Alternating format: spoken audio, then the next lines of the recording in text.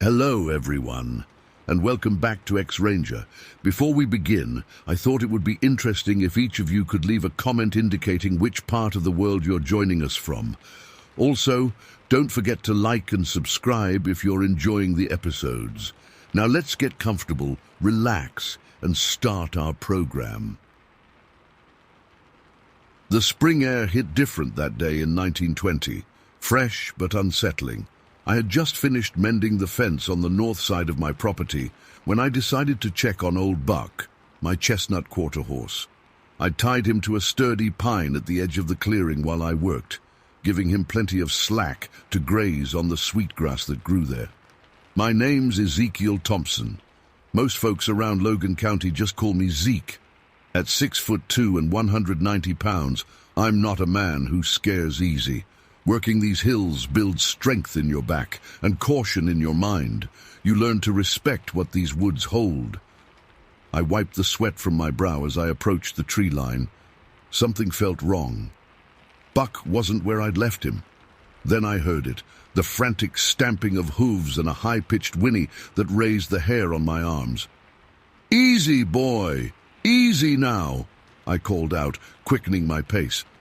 I spotted Buck about 30 yards deeper into the pines than where I'd tied him.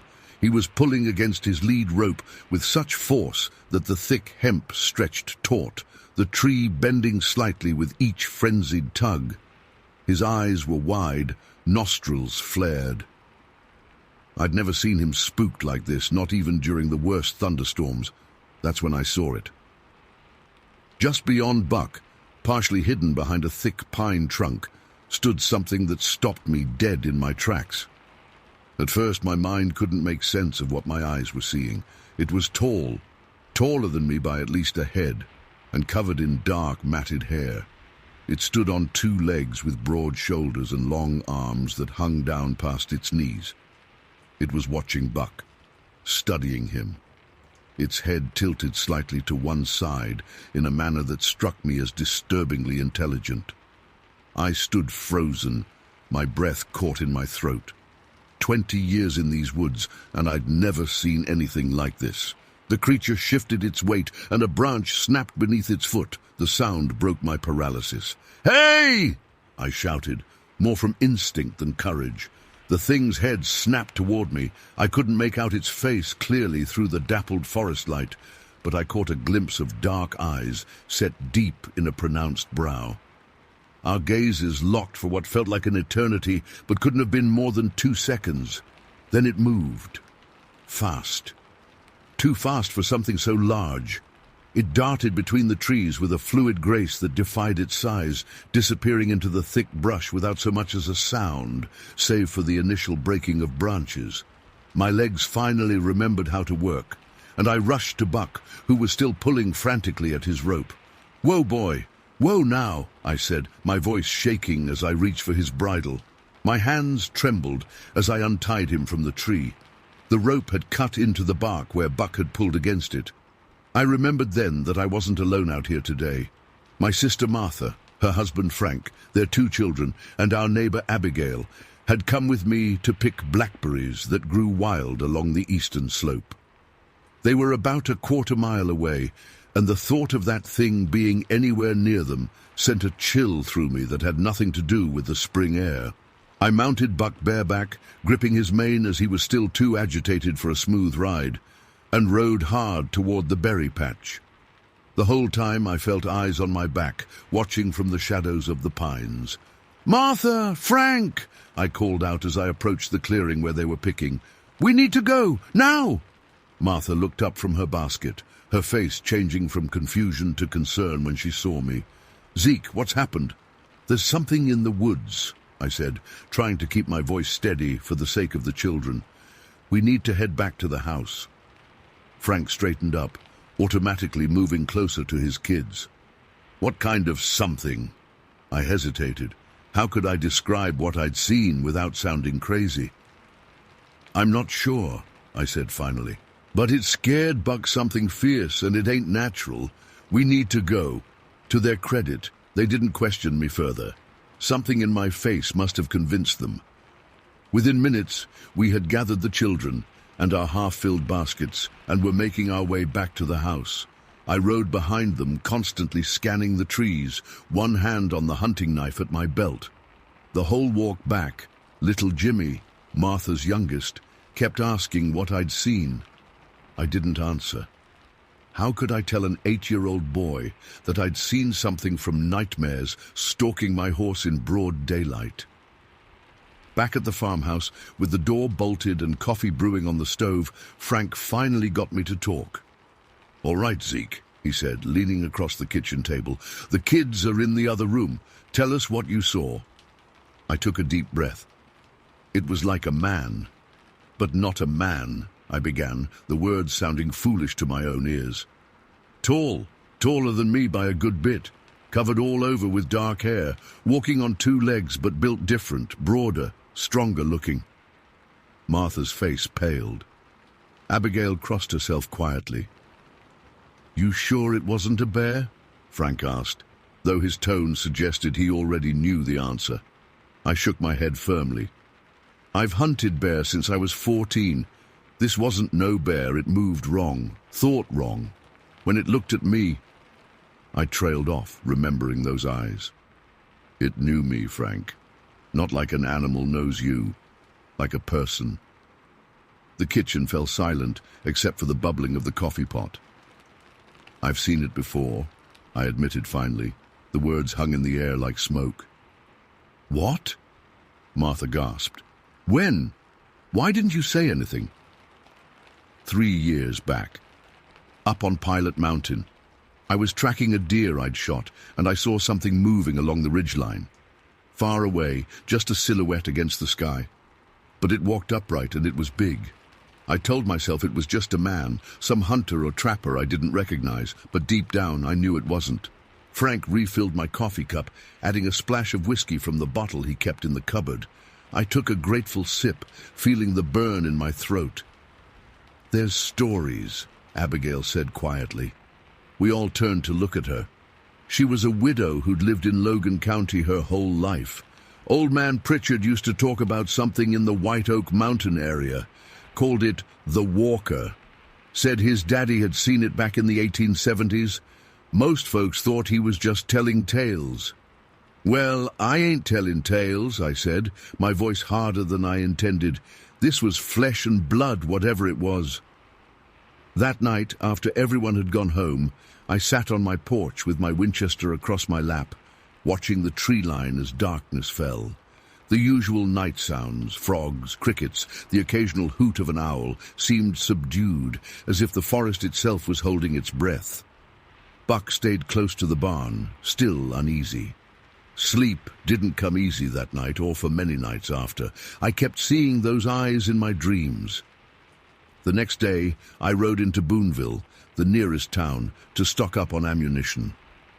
I didn't tell the shopkeeper why I needed extra bullets.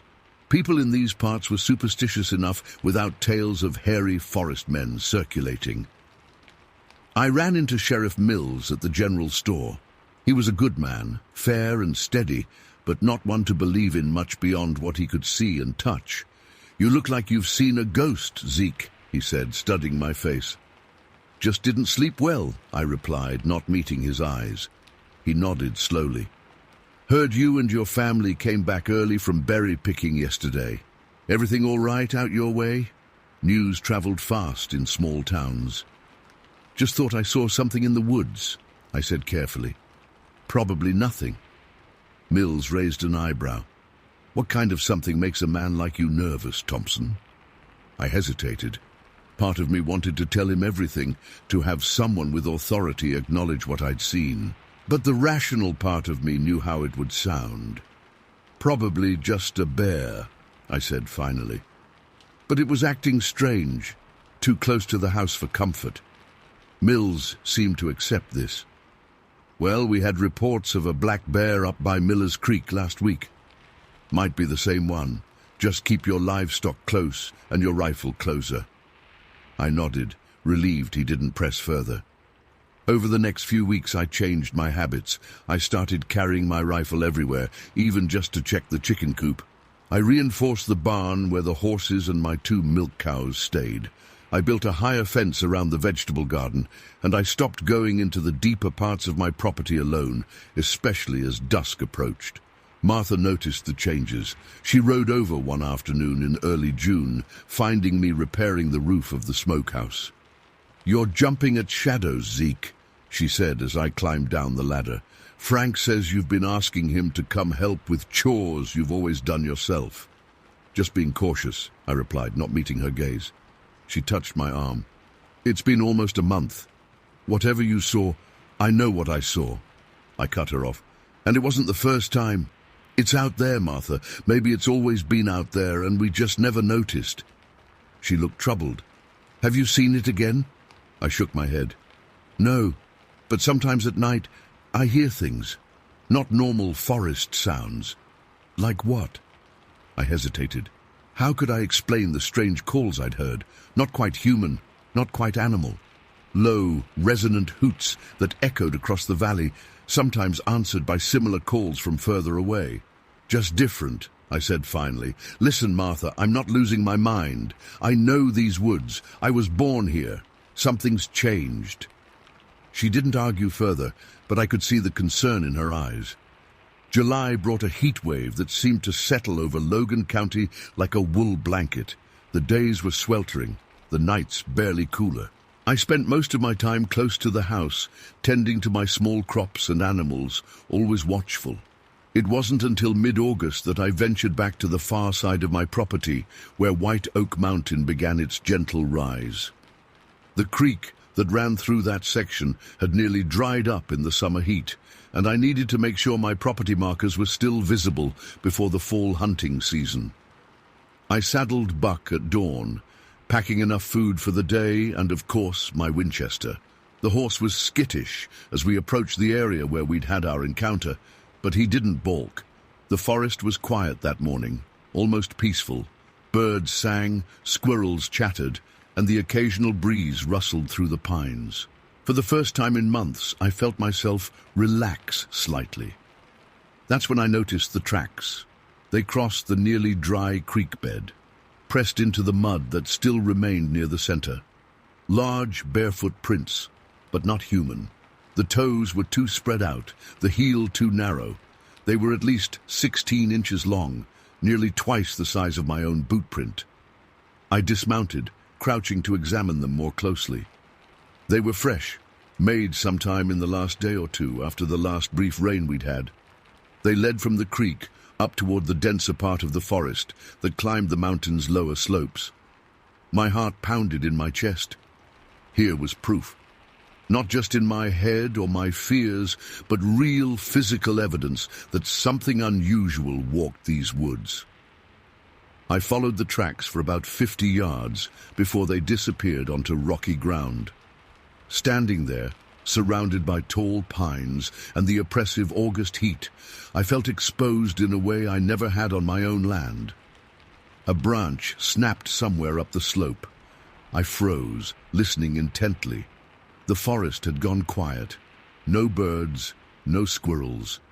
Just the sound of my own breathing and Buck's nervous shuffling behind me, another crack closer this time. Then a sound that made my blood run cold.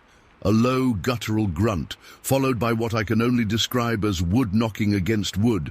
3 distinct raps that echoed through the trees.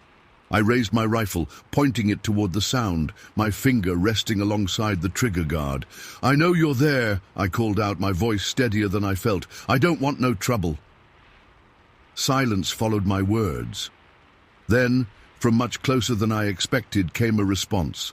A long, mournful call that started low and rose in pitch before fading away. It wasn't an animal sound I recognized, and it certainly wasn't human. I backed toward Buck, my eyes scanning the trees. That's when I caught movement about 30 yards up the slope, a large, dark shape moving between 2 massive pines. It paused for a moment, and I swear it looked right at me, though I couldn't make out its features clearly through the dappled forest light. "Stay back!" I shouted, raising my rifle higher. The shape remained still for another moment, then deliberately turned and moved away, up the mountain. I could hear branches breaking as it went. I mounted Buck and rode home faster than was safe through the wooded terrain, the encounter replaying in my mind. This time, it hadn't run immediately. It had made noises, apparently trying to communicate something. And most disturbing of all, it had seemed completely unafraid of me or my rifle. That night, I wrote down everything I could remember about both encounters, drawing the tracks as best I could. I wasn't much of an artist, but I wanted some record of what I'd seen. If something happened to me, I wanted people to know what was out there. The next day, I rode into town again and found myself at the county library. Miss Harriet, the librarian, seemed surprised to see me there. "Mr. Thompson," she said with a smile, "looking for a new farming almanac?" "Actually," I said, lowering my voice, "I was wondering if you have any books on local legends, stories about the woods around here." Her eyebrows rose slightly. "Well, we have some books on Arkansas folklore, and old Mr. Jenkins donated his journals to us before he passed. He collected local stories for decades." She led me to a small shelf at the back of the library and pulled down several thin volumes bound in faded leather. "These were his," she said. "He was particularly interested in stories from before the county was properly settled. Native American tales, trappers' accounts, that sort of thing." I thanked her and spent the next several hours poring over Jenkins' cramped handwriting. Most of the stories were familiar: hauntings, buried treasure, weather predictions. But toward the end of the third volume, I found what I was looking for. Stories persist among both settlers and the indigenous peoples of large, hair-covered men who walk the remote forests of these mountains, Jenkins had written. The Cherokee called them Nunyunui, or stone people. Trappers in the 1830s reported encounters with wild men who stood over 7 feet tall and communicated through whistles and wood-knocking. Most interesting is the consistency of these reports across different sources who had no contact with one another. I read account after account, spanning decades. Some were clearly exaggerated, but others matched details of my own experience so precisely that my hands shook as I turned the pages. When I returned home that evening, I made a decision. I would stop hiding from whatever was out there and try to understand it instead. If these creatures had been living in these mountains for generations without causing harm to the people here, perhaps they weren't the threat I'd imagined. That didn't mean I wasn't careful. I started leaving small offerings at the edge of my property where it met the wilder forest, apples, occasionally jerky. They always disappeared overnight.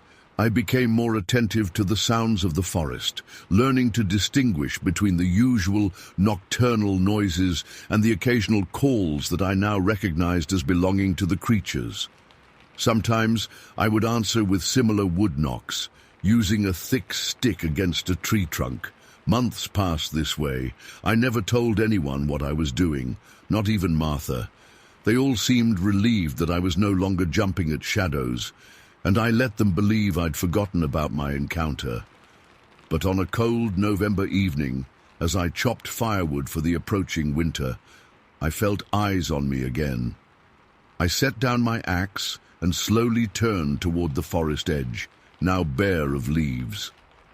There it stood, at the very limit of where my cleared land met the woods. In the fading light, I could see it clearly for the first time. It was massive, easily 7 feet tall, with powerful shoulders and long arms. Its body was covered in dark brown hair, shorter on the face, which looked surprisingly human despite the pronounced brow ridge and wide, flat nose. We stared at each other for what felt like minutes, but was probably only seconds. Then, deliberately, it raised one hand, palm out, in what I can only describe as a gesture of peace. I raised my own hand in response, my heart pounding. The creature nodded, actually nodded, then turned and disappeared into the growing darkness.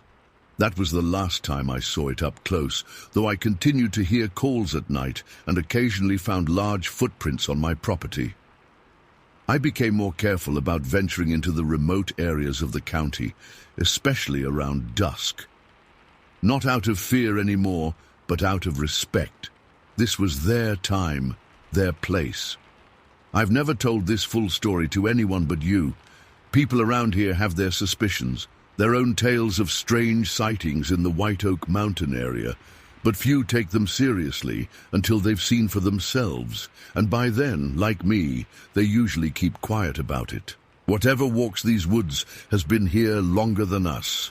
It'll probably be here long after we're gone. All I know is that this land holds more secrets than most folks are comfortable admitting, and sometimes the old stories turn out to be truer than we'd like to believe. Story 2. The fire crackled and spit embers into the night sky. 4 of us sat in a loose circle, our faces orange in the firelight, passing a bag of marshmallows back and forth. It was August 1984, and the air hung thick with summer heat, even at night in the Appalachian Mountains. We'd been working on our campsite for 3 days, a pretty impressive setup for a bunch of 17-year-olds. The lean-to we'd built from green poplar logs stood about 15 feet behind me, covered with layers of laurel and hemlock branches. The shelter looked better than anything we'd constructed before, and we were damn proud of it. "Hand 'em over, Wayne," Tommy said, reaching for the marshmallows. I tossed the bag to him across our stone fire pit. We'd gathered large rocks from the creek bed about 50 yards east and arranged them in a near-perfect circle.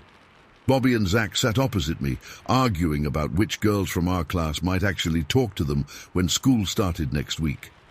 Our 2 dogs lay near the warmth of the fire, my collie Ranger and Tommy's Alaskan Husky Bandit. This was our last big adventure before senior year started. Up in the mountains of northeast Tennessee, just a few miles from where the North Carolina and Virginia borders meet, we felt like kings of our own wilderness kingdom. "Hey," Zach said, suddenly sitting upright. "Did you all hear that?" "Hear what?" I asked, taking the marshmallows back from Tommy. "Something behind the shelter. Sounded like sticks breaking." Bobby laughed. "It's probably just a raccoon or something. Smelled your nasty socks and ran away." "Shut up," Zach hissed. "I'm serious. There's something back there." We fell silent for a moment, listening. The usual night chorus of crickets and frogs filled the air, but nothing seemed out of place. The dogs hadn't reacted either, which I took as a good sign. "You're just trying to scare us," Tommy said, throwing a small stick at Zach. We laughed and went back to our conversations.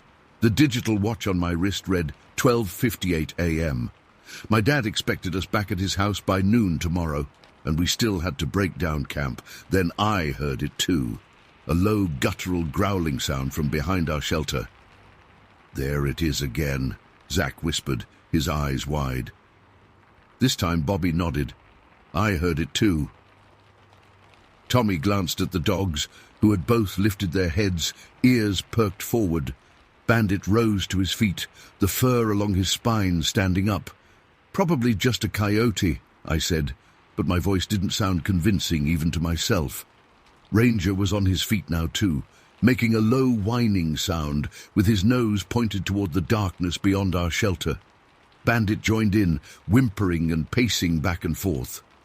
"Those dogs don't act like that for no reason," Bobby said, standing up. "Maybe we should—" He never finished his sentence. The night exploded with sound, a deep guttural roar that turned into a high-pitched scream, followed by a strange chattering noise I'd never heard before. It wasn't human. It wasn't any animal I knew, and it was close. Ranger and Bandit went crazy, barking and howling. I scrambled to my feet, knocking over my camping chair. In the chaos, I could see the others doing the same, their faces pale with fear. "Go! Run!" Tommy yelled, grabbing Bandit's collar. I didn't need to be told twice. I called for Ranger and bolted toward the trail that led back to the main road. We'd parked Tommy's truck about 3 miles away, but I knew there were houses closer than that. In that moment, I didn't care about our gear, our shelter, or anything but getting away from whatever had made that sound. The 4 of us crashed through the underbrush with no flashlights, just the dim light of a quarter moon to guide us. Branches whipped across my face. I tripped over a root and went down hard, scraping my palms on rocks. I could hear the others around me, their panicked breathing and cursing as they stumbled through the darkness. "Stay together!" I shouted, but it was useless advice. We were all just running blind. Briars tore at my jeans. I bounced off the trunk of a tree, pain shooting through my shoulder. Behind us, I could hear crashing sounds, something big moving through the forest. The dogs kept barking, adding to the chaos. We ran for what felt like hours, but was probably less than 10 minutes. Finally, I broke through the tree line and saw the outline of a house about 100 yards away. A single light burned in a downstairs window. I stopped, gasping for breath, and looked around. Tommy and Zach emerged from the woods seconds after me. Tommy still had Bandit by the collar, the dog trembling and growling low in his throat. "Where's Bobby?" I panted, scanning the edge of the forest. "And Ranger?" "I thought they were right behind us," Zach said, his voice shaking.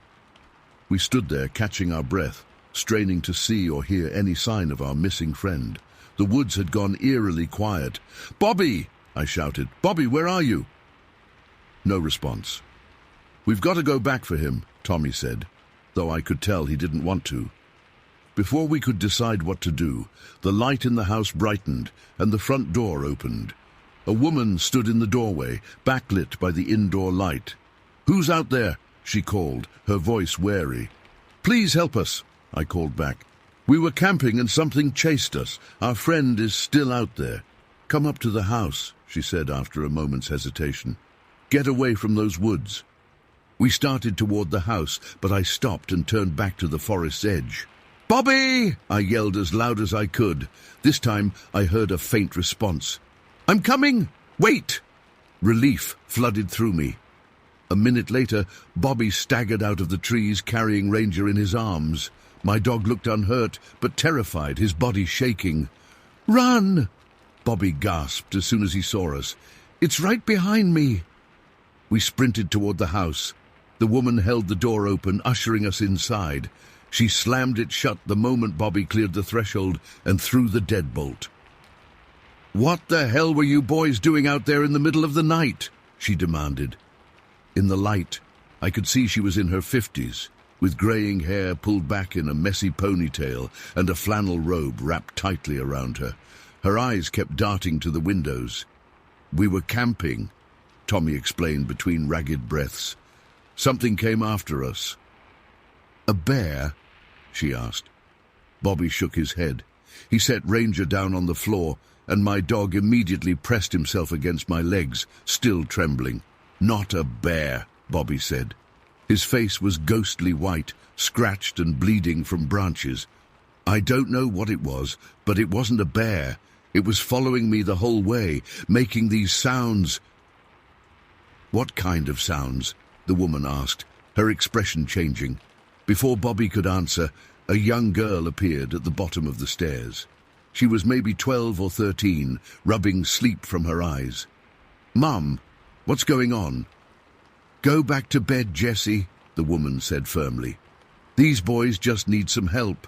Their camping trip went bad." "I heard yelling," the girl said, not moving. "It's fine. Go on up now." The girl reluctantly turned and headed back upstairs. The woman turned to us. "My husband's away with the volunteer fire department tonight. He should be back in a few hours.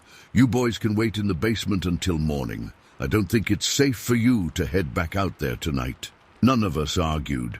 She led us through the kitchen to a door, which opened onto a set of stairs leading down. The basement was partially finished, with wood paneling on 2 walls and a concrete floor covered with a few worn rugs. A small TV sat on a stand in one corner, and there was an old couch and a couple of armchairs. "Make yourselves comfortable," she said. "Bathrooms through that door. I'll bring down some blankets and first aid supplies." When she left, we collapsed onto the furniture, the adrenaline finally wearing off. "What the hell was that thing?" Zach asked, his voice barely above a whisper. Bobby shook his head. "I don't know, but it followed me almost all the way here. I could hear it moving through the woods parallel to me, about 20 yards away. Ranger was so scared I had to carry him." "Did you see it?" Tommy asked. "No, but I heard it. It made this chattering sound, and then this long moan. It wasn't just one sound. It was like multiple sounds layered together." "There was more than one," I said, remembering the cacophony of noises. "Had to be." The woman returned with blankets, a first aid kit, and 4 glasses of water. We thanked her and she nodded stiffly. "I'm Mary," she said. "You boys get cleaned up and try to rest. We'll figure things out in the morning." After she went back upstairs, we took turns using the bathroom to wash the dirt and blood from our scrapes. No one had any serious injuries, just cuts and bruises from our frantic dash through the forest. The dogs had settled down somewhat, though they still seemed on edge. "We left everything back there," Zach said, as he applied a band-aid to a cut on his arm. "All our gear." "We can get it tomorrow," I replied. "In daylight, with Mary's husband and maybe some other adults." No one seemed eager to go back, gear or no gear. We tried to sleep, but every sound from outside made us tense up. Around 3:30 a.m., we heard a scream from upstairs. We were on our feet instantly, footsteps pounded overhead, and then Mary's voice called down, "Boys, come up here now!" We raced up the stairs to find Mary and her daughter Jessie in the kitchen. Jessie was crying, her face pressed against her mother's shoulder. Mary looked terrified. "Jessie saw something outside her window," Mary said. "I need you to tell me exactly what was chasing you." "What did you see?" I asked Jessie directly. The girl pulled away from her mother enough to speak. "There was a big, hairy, naked man running from the back porch. He went toward the basement driveway." Her voice shook. "He wasn't normal. He was huge." The 5 of us moved as one to the kitchen window that overlooked the side yard and basement entrance. Mary flipped on the outside light. Nothing moved in the illuminated area, but the light only reached about 30 feet from the house. Beyond that was darkness. "We need to get to the basement," Mary said suddenly. "Away from the windows, now!" We hurried back downstairs, bringing Jessie with us. Mary locked the basement door behind us. "My husband's shotgun is upstairs in our bedroom closet," she said, her voice tight with fear. "I'm not going back up there right now." "What do we do?" Tommy asked. "We wait," Mary replied. "Bill should be home in a couple hours. The sun will be up not long after that." We huddled together in the basement, jumping at every creak and groan of the house. The dogs stayed close, growling occasionally at sounds we couldn't hear. At one point, something heavy moved across the porch directly above us. The wooden boards creaked under significant weight. I watched Mary's face go pale as she pulled Jessie closer. Around 5 a.m., we heard a vehicle pulling into the driveway. Mary crept up the stairs and peeked through the basement door. "It's Bill," she said with relief, "and he's got Sheriff Tanner with him." We followed her upstairs. Bill was a big man with a bushy mustache, still in his volunteer firefighter gear. Sheriff Tanner stood beside him, hand resting on his holstered gun. "What's all this about?" Bill asked, looking at the 4 teenage boys and 2 dogs crowded into his kitchen. Mary quickly explained what had happened, including Jessie's sighting of the hairy man outside her window. Sheriff Tanner listened, his expression skeptical. "Sounds like you boys ran into a black bear," he said when she finished. "They get aggressive this time of year, especially if you had food at your campsite." "It wasn't a bear," I insisted. "Bears don't make the kinds of sounds we heard." "Son, people get confused when they're scared," Sheriff Tanner said, "especially in the dark. Your mind plays tricks on you." "My daughter saw it," Mary said firmly. "She said it was a man, but not normal." The sheriff sighed. "Look, I'll take a drive around the property, see if I spot anything. Bill, you got your shotgun handy?" Bill nodded. "I'll keep an eye on things here." The sheriff left, and Bill locked the door behind him. None of us mentioned going back for our camping gear. It didn't seem important anymore. When the sun came up, Bill drove us to Tommy's truck. We thanked Mary and her family and promised to let them know if we found anything at our campsite. But we never went back. We left all our gear, the sleeping bags, the cooler, even the shelter we'd worked so hard to build. None of us wanted to return to that spot in the woods. For years, I tried to rationalize what happened that night. Maybe it was bears. Maybe we let our imaginations run wild, but I knew deep down that wasn't true. The sounds we heard weren't from any animal I recognized, and Jessie had seen something with her own eyes. Then, in 2008, I was browsing the internet when I came across some audio recordings. They were called the Ron Moorhead Bigfoot recordings, supposed vocalizations of Bigfoot creatures captured in the Sierra Nevada mountains. My blood ran cold as I listened. The whoops, growls, and especially that distinctive chattering sound, they were identical to what we'd heard that night in 1984. I called Bobby immediately. He'd moved to Kentucky after college, but we still kept in touch. "I found it," was all I said when he answered. "I found the sounds." "What sounds?" he asked. "From that night in Tennessee." There was a long silence on the other end of the line. Then Bobby spoke, his voice barely audible. "Send me the link." I did. He called me back 20 minutes later. "That's it," he said, his voice shaking slightly. "That's exactly what I heard following me through the woods." Over the years, I've come to accept what happened that night. We encountered something in the Appalachian Mountains that most people don't believe exists. The locals call them different names, wildmen, woolly boogers, or sometimes just them folks in the woods.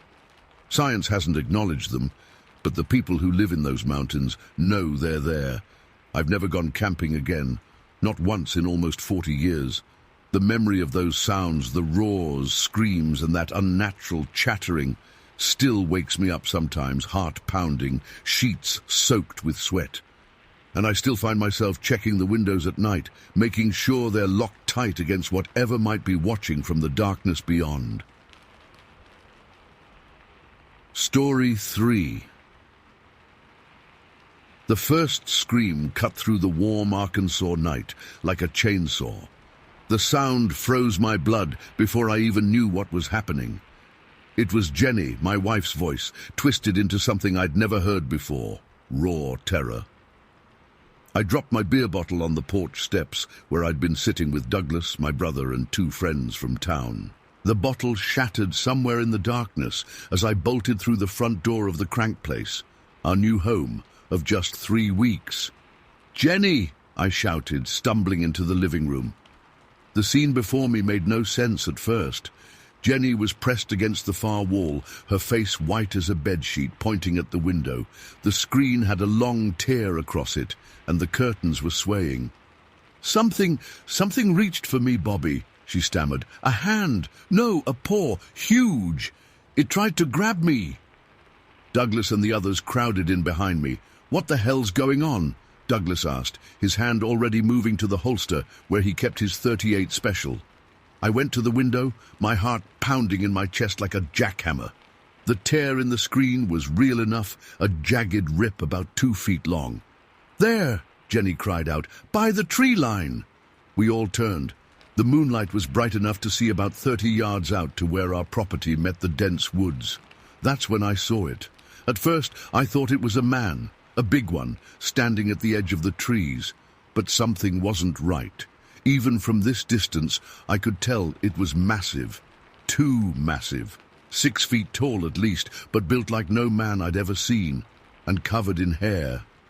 "Jesus Christ," I whispered. Douglas already had his pistol out. Before I could stop him, he fired a single shot into the air. The crack of the gunshot echoed across our property. The figure by the trees flinched, then turned and loped into the forest with a strange, uneven gait that no human could manage. "What the hell was that?" our friend Mike asked, his voice cracking. "Call the police," I told Jenny, not taking my eyes off the tree line. "Now." Constable Ernest Walraven arrived 20 minutes later, his cruiser kicking up dust on our long driveway.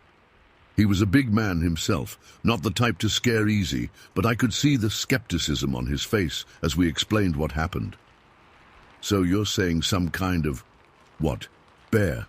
"Man," he asked, shining his flashlight across the torn screen. "I don't know what it was," I admitted, "but it wasn't no bear. Bears don't stand upright for that long. And it wasn't a man neither. Too big, too wrong." Walraven walked the property line with Douglas and me, his flashlight beam cutting through the darkness. We found nothing. No footprints, no broken branches, nothing to suggest anything had been there at all. "Listen, Bobby," Walraven said finally. "I've known your family a long time. I ain't calling you liars, but—" He gestured around. "There's nothing here. Probably a black bear got curious, stood up on its hind legs. They can look mighty human-like sometimes." I wanted to believe him. A bear made sense. A bear was something I could understand. But the image of that figure, the way it moved, stuck in my mind like a thorn. "I'll file a report," Walraven promised, "and I'll ask the county boys to drive by a couple extra times tonight. Try to get some sleep." That was the last thing any of us would be doing. Walraven had been gone for less than an hour when it happened again. We'd locked every door and window. Douglas and our friends decided to stay over, safety in numbers. Jenny finally stopped shaking enough to make coffee, and we all sat in the kitchen speaking in low voices. The first thump against the back door made everyone jump. The second one, louder, silenced us all. The third blow wasn't a thump, but a tremendous crash as something kicked in the bottom panel of our solid oak door. Wood splintered inward, and through the jagged hole I saw something impossible. Fingers, but not human fingers. Thick, hairy digits with black claws, scrabbling at the hole, trying to widen it. Douglas didn't hesitate this time. He fired directly at the hole in the door. The gunshot in the confined kitchen was deafening. Jenny screamed. A horrible gurgling howl came from the other side of the door. A sound caught between a human yell and an animal's roar. Heavy footsteps pounded away from the house. "It's still out there," Mike whispered, clutching a carving knife from our kitchen drawer. I grabbed my shotgun from the hall closet. "I'm going to check if it's gone," I said, though every instinct screamed against it. "Bobby, don't," Jenny pleaded. "We need to know," I said. My voice sounded strange even to myself. Too calm, detached. I was operating on pure adrenaline now. "If I'm not back in 2 minutes, call Walraven again." I stepped out onto the back porch, shotgun ready, flashlight in my other hand. The night seemed impossibly dark beyond the weak beam of my light. The air smelled different, musky, wild, like a wet dog mixed with something rotten. I swept the flashlight across the yard, seeing nothing unusual. I took 5 steps off the porch, 10 steps, 15. The attack came from my left side, a blur of movement so fast I had no time to raise the shotgun. Something huge slammed into me, knocking me flat on my back. The flashlight flew from my hand, rolling across the ground, its beam illuminating nothing useful. The shotgun clattered somewhere beyond my reach. What happened next burned itself into my memory forever. A face, if you could call it that, thrust down toward mine. Not human, not animal, something in between. Covered in coarse, dark hair.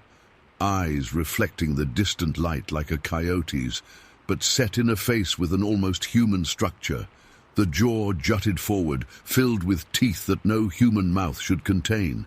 Its breath hit my face, hot, fetid, the stench of raw meat. I felt its weight press down on me, at least 300 pounds of solid muscle. One massive hand-like paw pressed against my chest, pinning me. The claws dug through my shirt, pricking my skin. I couldn't breathe, couldn't scream, couldn't do anything but stare up at this impossible thing that had me trapped. It made a sound, a low, rumbling growl that seemed to vibrate through my entire body. Some primal instinct took over. I jackknifed upward with every ounce of strength I had, twisting my body sideways. The creature's balance shifted just enough. I tore myself away, feeling my shirt rip in its grasp. I scrambled forward on all fours, then found my feet, running blind toward the house. Behind me, I heard it coming. Heavy footfalls, faster than anything that size should move. I hit the porch steps, stumbled, fell, crawled up them on my hands and knees. The back door flew open, Douglas standing there, gun raised. He fired over my head as I tumbled inside. The door slammed shut behind me. Douglas and Mike shoved the refrigerator against it while Jenny helped me to my feet. Blood soaked the front of my shirt, not from a wound, but from the pressure of those claws breaking just the first layer of skin on my chest. 5 perfect points of crimson. "What was it?" Douglas demanded, his face ashen. "What the hell was it, Bobby?" I couldn't answer. My throat had closed up. All I could do was shake my head. We barricaded ourselves in the living room. Every piece of furniture we could move went against the doors and windows. We took turns watching, weapons ready, until morning finally broke. Sheriff Lewis and 3 deputies arrived around 7 a.m. By then, the thing was long gone. But it had left evidence behind this time. "Never seen prints like these," Lewis muttered, crouching near the edge of our property. "Too big for a bear. Wrong shape, too." The prints were enormous, almost 16 inches long. They showed what looked like a massive foot with 5 distinct toes ending in claw marks. They were pressed deep into the soft ground. Whatever left them had been heavy. "And you say it attacked you directly?" Lewis asked, eyeing the dried blood on my chest, where Jenny had cleaned the punctures. I nodded, not trusting my voice. "All right," Lewis said finally. "I'm calling in the state wildlife boys. Maybe we got some kind of escaped animal. Zoo missing anything, I wonder." But his explanation sounded hollow even to him. We all knew zoos don't house creatures that stand 6 feet tall, walk on 2 legs, and have hands that can tear through screen doors. We moved out of the crank place the next day, packed everything we could fit in our truck and my brother's car, and left the rest behind. Jenny refused to spend another night there. I couldn't blame her. We stayed with my parents in Texarkana for 2 weeks. During that time, I did some digging around Jonesville. What I found chilled me to the bone. The crank place had a history. The previous renters, a young couple from Little Rock, had left suddenly after less than a month. Before them, an older man had lived there for almost a year before abruptly moving to his daughter's house in Oklahoma. Nobody had officially reported anything. But at Miller's General Store, old Tom Miller pulled me aside. "Heard about your trouble," he said in a low voice. "Ain't the first time." "What do you mean?" I asked. Tom looked around to make sure no one was listening. "That property's always had stories, even back when I was a boy. Something in those woods ain't right.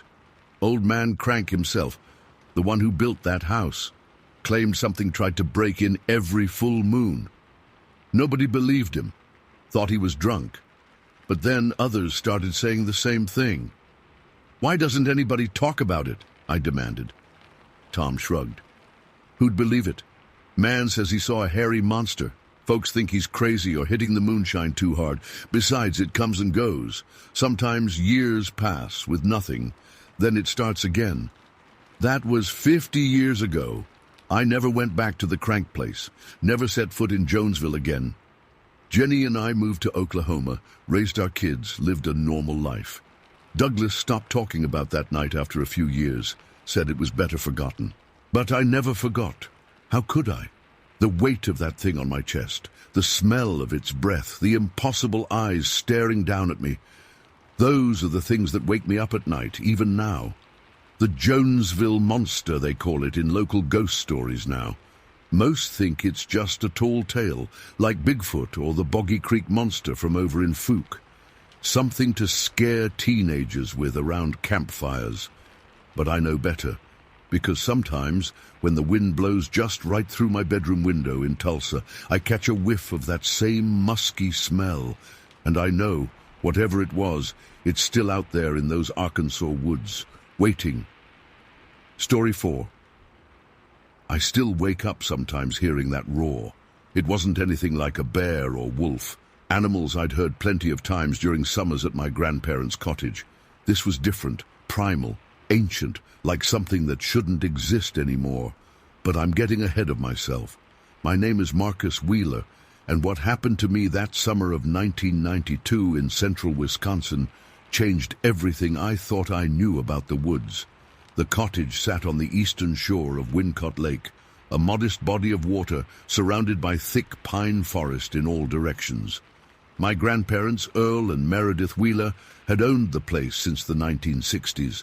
A two-bedroom wooden structure with faded blue paint and a screened-in porch that faced the water. Nothing fancy, but it was my favorite place in the world. That June started like any other.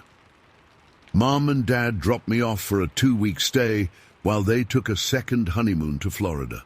At 12 years old, I was old enough to explore the woods alone, something my city friends back in Milwaukee couldn't imagine doing. "Be back for supper by 6, Grandma would say each morning after breakfast, "and don't go further than the creek boundary." The creek boundary was a small feeder stream about a half-mile north of the cottage that emptied into the lake. The rule had always been clear. I could go anywhere between the cottage and that creek, but never cross it. The land beyond belonged to the Pritchards, though I'd never actually seen their property. For the first week, I followed the rules. I caught bluegill off the dock, built a fort from fallen branches, and tracked deer through the underbrush. But the creek boundary called to me. I'd sit at its edge, watching the clear water tumble over smooth stones, wondering what lay beyond. Tuesday of the second week, I made a decision. Grandpa had gone into town for supplies, and Grandma was busy making preserves from the early summer berries. No one would miss me for a few hours. I would cross the creek just a little way and be back before anyone noticed. The crossing was easy, just a hop across some exposed rocks. On the other side, the forest felt different somehow.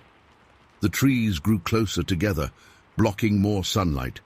The birdsong seemed distant, but my sense of adventure pushed me forward. I walked for 20 minutes, marking my path by breaking small branches and turning them to point my way back. The forest floor sloped gently upward, and soon I reached another, larger creek, one I'd never seen before. It was about 6 feet across, with deeper, faster-moving water than the boundary creek.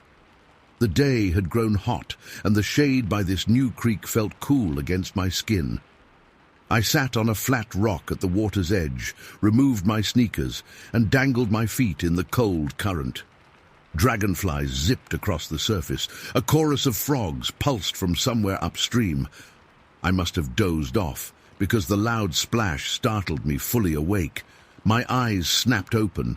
The splash came from upstream, around a bend about 30 yards away. Probably a beaver, I thought. They were common enough in these parts. But then another sound made my heart skip. A rock hit the water about 15 yards to my right. Not a small pebble, but a rock the size of a softball. Water sprayed up 3 feet. "Hello," I called, quickly pulling my feet from the water and grabbing my sneakers. "Jimmy? Katie?" My cousins sometimes visited the cottage, though they weren't expected until the weekend. No response. Another rock, bigger this time, flew from the thick brush about 25 yards to my right, landing with a heavy splash closer to me. I stood up, sneakers in hand, suddenly aware of how alone I was. "Not funny, guys," I shouted, trying to sound brave. But my voice cracked. I scanned the tree line where the rocks had come from. The underbrush was thick, tangles of wild raspberry and young saplings. But no movement, no giggling cousins. Reality set in quickly.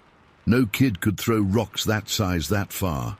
And Jimmy was only 8, not strong enough for what I'd just seen. Fear froze me in place. My bare feet felt vulnerable against the rough creek stones. My throat went dry. I couldn't move. Another rock hit the water, this one just 10 feet away. The message was clear. Someone, or something, was getting closer. I shoved my feet into my sneakers without bothering to tie them and stood up. Every instinct screamed at me to run, but Grandpa's voice echoed in my head. If you're ever lost or scared in the woods, don't run blind. Walk steady, pay attention. The path back to the boundary creek lay straight ahead. I started walking, forcing myself not to sprint. The feeling of being watched pressed against my back like a physical weight. I'd made it maybe 50 yards when I heard it, a snap of a branch directly behind me, not the sound of a squirrel or raccoon, something heavy. I spun around. 20 feet away stood a figure partially obscured by a young oak tree. My first thought was person, but that wasn't right. The figure was covered in reddish-brown hair, not clothes, but actual hair, except for its face, which appeared smooth and hairless from what I could see. It stood upright, maybe 5.5 feet tall, watching me with what I can only describe as curiosity. My mind raced through possibilities. Bear? No, wrong shape entirely. Person in a suit, in June heat, miles from any road. I remembered Grandpa's advice about bear encounters. Make yourself look bigger, raise your arms high and make noise. With shaking hands, I lifted my arms over my head and yelled, "Hey, go away!" What happened next made my blood run cold. The creature raised its arms too, a perfect mirror of my pose. I lowered one arm slightly. It did the same. I moved both arms out to the sides. Again, it copied me exactly. We stood there, locked in this bizarre mimicry game for what felt like minutes, but was probably only seconds. My fear gradually mixed with fascination. The creature seemed almost playful, its movements deliberate but not threatening. I took a step backward. It remained still. Another step back. Still, no movement from the creature. On my third step back, it suddenly turned and moved with surprising speed down the trail, not toward me, but away from me, toward the boundary creek. It moved with an odd gait, not quite running, but covering ground quickly. I waited until it disappeared from view, then began walking rapidly in the same direction. I had to get back to the cottage, had to tell Grandpa what I'd seen. The trail curved around a large boulder, and when I rounded the bend, my heart nearly stopped. The creature stood in the middle of the path, just 30 feet ahead, arms raised again as if wanting to continue our game. I froze. We were caught in some bizarre standoff. Fear still pulsed through me, but curiosity was taking over. Whatever this thing was, it hadn't tried to hurt me. It seemed almost childlike in its behavior. That's when everything changed. The air turned heavy, like the pressure drop before a severe thunderstorm. Birds stopped singing. The forest went completely silent. A sensation of overwhelming dread washed over me. Not fear of the creature in front of me, but something else entirely. The smaller creature's demeanor changed instantly. Its head jerked to the left, and without any warning, it bolted into the underbrush, crashing through ferns and saplings as if fleeing for its life. I turned my head to look where it had looked. Standing at the edge of the trail, partially hidden by a massive pine, was something that still haunts my nightmares. It resembled the smaller creature in basic form, upright, hair-covered. But this thing was enormous. It stood at least 8 feet tall, with a chest that must have been 4 feet wide. Its arms hung down to its knees, ending in hands with visible fingers. But it was the eyes that paralyzed me. Black as coal, they fixed on me with an intelligence and malevolence that was unmistakably directed at me personally. Not the curiosity of the smaller creature, but cold, calculating hatred. For 3 eternal seconds, we stared at each other. Then it opened its mouth, revealing teeth that gleamed white against its dark face, and let out a sound that vibrated in my chest cavity, a roar that started low and built to a shrieking crescendo. I'd like to say I did something brave or clever. I didn't. Pure animal terror took over. I ran, sprinted, flew down that trail faster than I'd ever moved in my life. Branches whipped my face. I tripped twice over exposed roots but scrambled back up instantly. I don't remember crossing the boundary creek. Don't remember most of that desperate run. My next clear memory is bursting out of the tree line into my grandparents' yard, gasping for breath, tears and sweat streaming down my face. Grandpa sat on the porch, whittling a piece of pine into what looked like a duck. He looked up as I stumbled across the lawn toward him. "Grandpa," I wheezed, barely able to speak. "In the woods, there were things." He put down his knife and wood. "Sit down, boy. Catch your breath."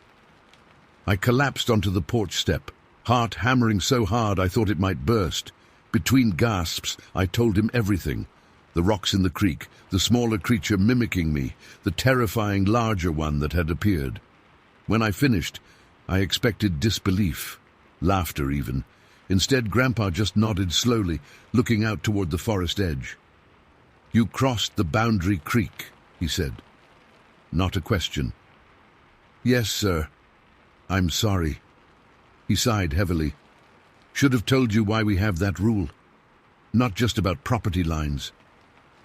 You know about them?" I asked, stunned. Grandpa stood up, walked to the porch railing, and leaned against it, still staring at the trees. "These woods are old, Marcus. Older than any buildings around here, older than any roads or towns." "What were they?" My voice sounded small, even to myself. "Different folks call them different things. The Ojibwe have their names. Loggers used to call them wood devils. My daddy called them the Watchers." "Are they dangerous?" Grandpa turned to look at me. "The little ones, not usually. Curious, mostly. Been spotted for generations around these parts. The big one, though." He shook his head. "That's different. Only seen it twice myself. Once when I was about your age, once about 20 years back when I was hunting." "What did you do?" "Same as you. Ran like hell." He almost smiled. "The big one doesn't come near buildings or roads. Stays deep in the woods, but it doesn't like people crossing into its territory." "Should we tell someone? The police or something?" Grandpa scoffed. "And say what? Besides, folks around here know. Not everyone's seen them, but everyone's heard the stories. Why do you think the Pritchards never built on their land? 300 acres, and they won't even harvest timber from it." "Does Grandma know?" "Course she does. Saw one picking berries back in 73. Watched her for 10 minutes from behind a fallen tree. She came home white as a sheet." I looked back at the forest edge, half expecting to see the creatures standing there watching us. "Will they come here?" "No. They keep to themselves mostly. That territory beyond the creek is theirs. Has been long before our kind came here." We sat in silence for a while. Eventually, Grandpa put his hand on my shoulder. "Listen, Marcus, some things in this world don't fit neat into science books. Doesn't make them any less real. But not everyone needs to know they're there. You understand?" I nodded slowly. "Good boy. Now, don't go telling your parents about this. They're city folk. Wouldn't understand." "I won't," I promised, "and no more crossing that creek boundary. The little ones might be curious, but that big one—" He shook his head. "It doesn't want us in its woods." That night I lay awake, listening to the sounds outside my window. The familiar chorus of frogs and crickets continued unchanged, as if nothing extraordinary existed in those woods. But I knew differently now. I kept my promise to Grandpa. Never told my parents, never crossed that creek again during my summer visits. Sometimes, while fishing off the dock or hiking the permitted trails, I'd feel eyes watching from the tree line. But I never saw the creatures again. Grandpa passed 10 years ago. The cottage was sold to strangers from Chicago who tore it down and built something modern with big windows and a boat garage. I've often wondered if they know what watches them from the woods beyond the creek. If they've heard the roar that sometimes still wakes me from a dead sleep, even 30 years later. I've researched since then, of course, found similar accounts scattered across the country. Some call them Sasquatch or Bigfoot, but those names seem too simple for what I encountered. Too cartoonish for the intelligence I saw in those eyes. The locals around Wincott Lake still have the stories, still have the rules about where to go and where to stay away from. They might tell interested outsiders it's about respecting private property, about not getting lost, but it's not. It's about respecting boundaries much older than property lines. It's about understanding that sometimes We aren't the ones watching the wilderness. Sometimes the wilderness is watching us. Story 5. I never wanted to be a lumberman. My pa was one before his back gave out, and his pa before him. It's just what Jensen men did in Sanpete County. But after what happened up in Ephraim Canyon, I wish I'd taken up any other trade. Blacksmith, farmer, hell, even a grave digger would have been better. At least then I'd have gotten used to death before I saw it come in such an unholy fashion. It was early April 1876 when William Jorgensen recruited me for the timber camp. The Monte Temple needed good lumber, and fast. The church elders were pushing hard for completion, and Jorgensen had a reputation for getting things done.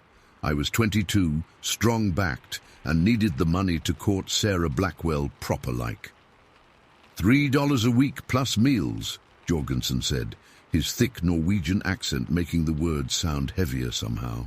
We head up tomorrow at first light. I said yes, without hesitation. $3 was good money in those days. There were 12 of us total who rode up into Ephraim Canyon that spring morning. Besides Jorgensen and me, there was Eli Thompson and his younger brother Caleb, both red-headed and freckled. Isaac Miller, a quiet man who'd fought in the war between the states.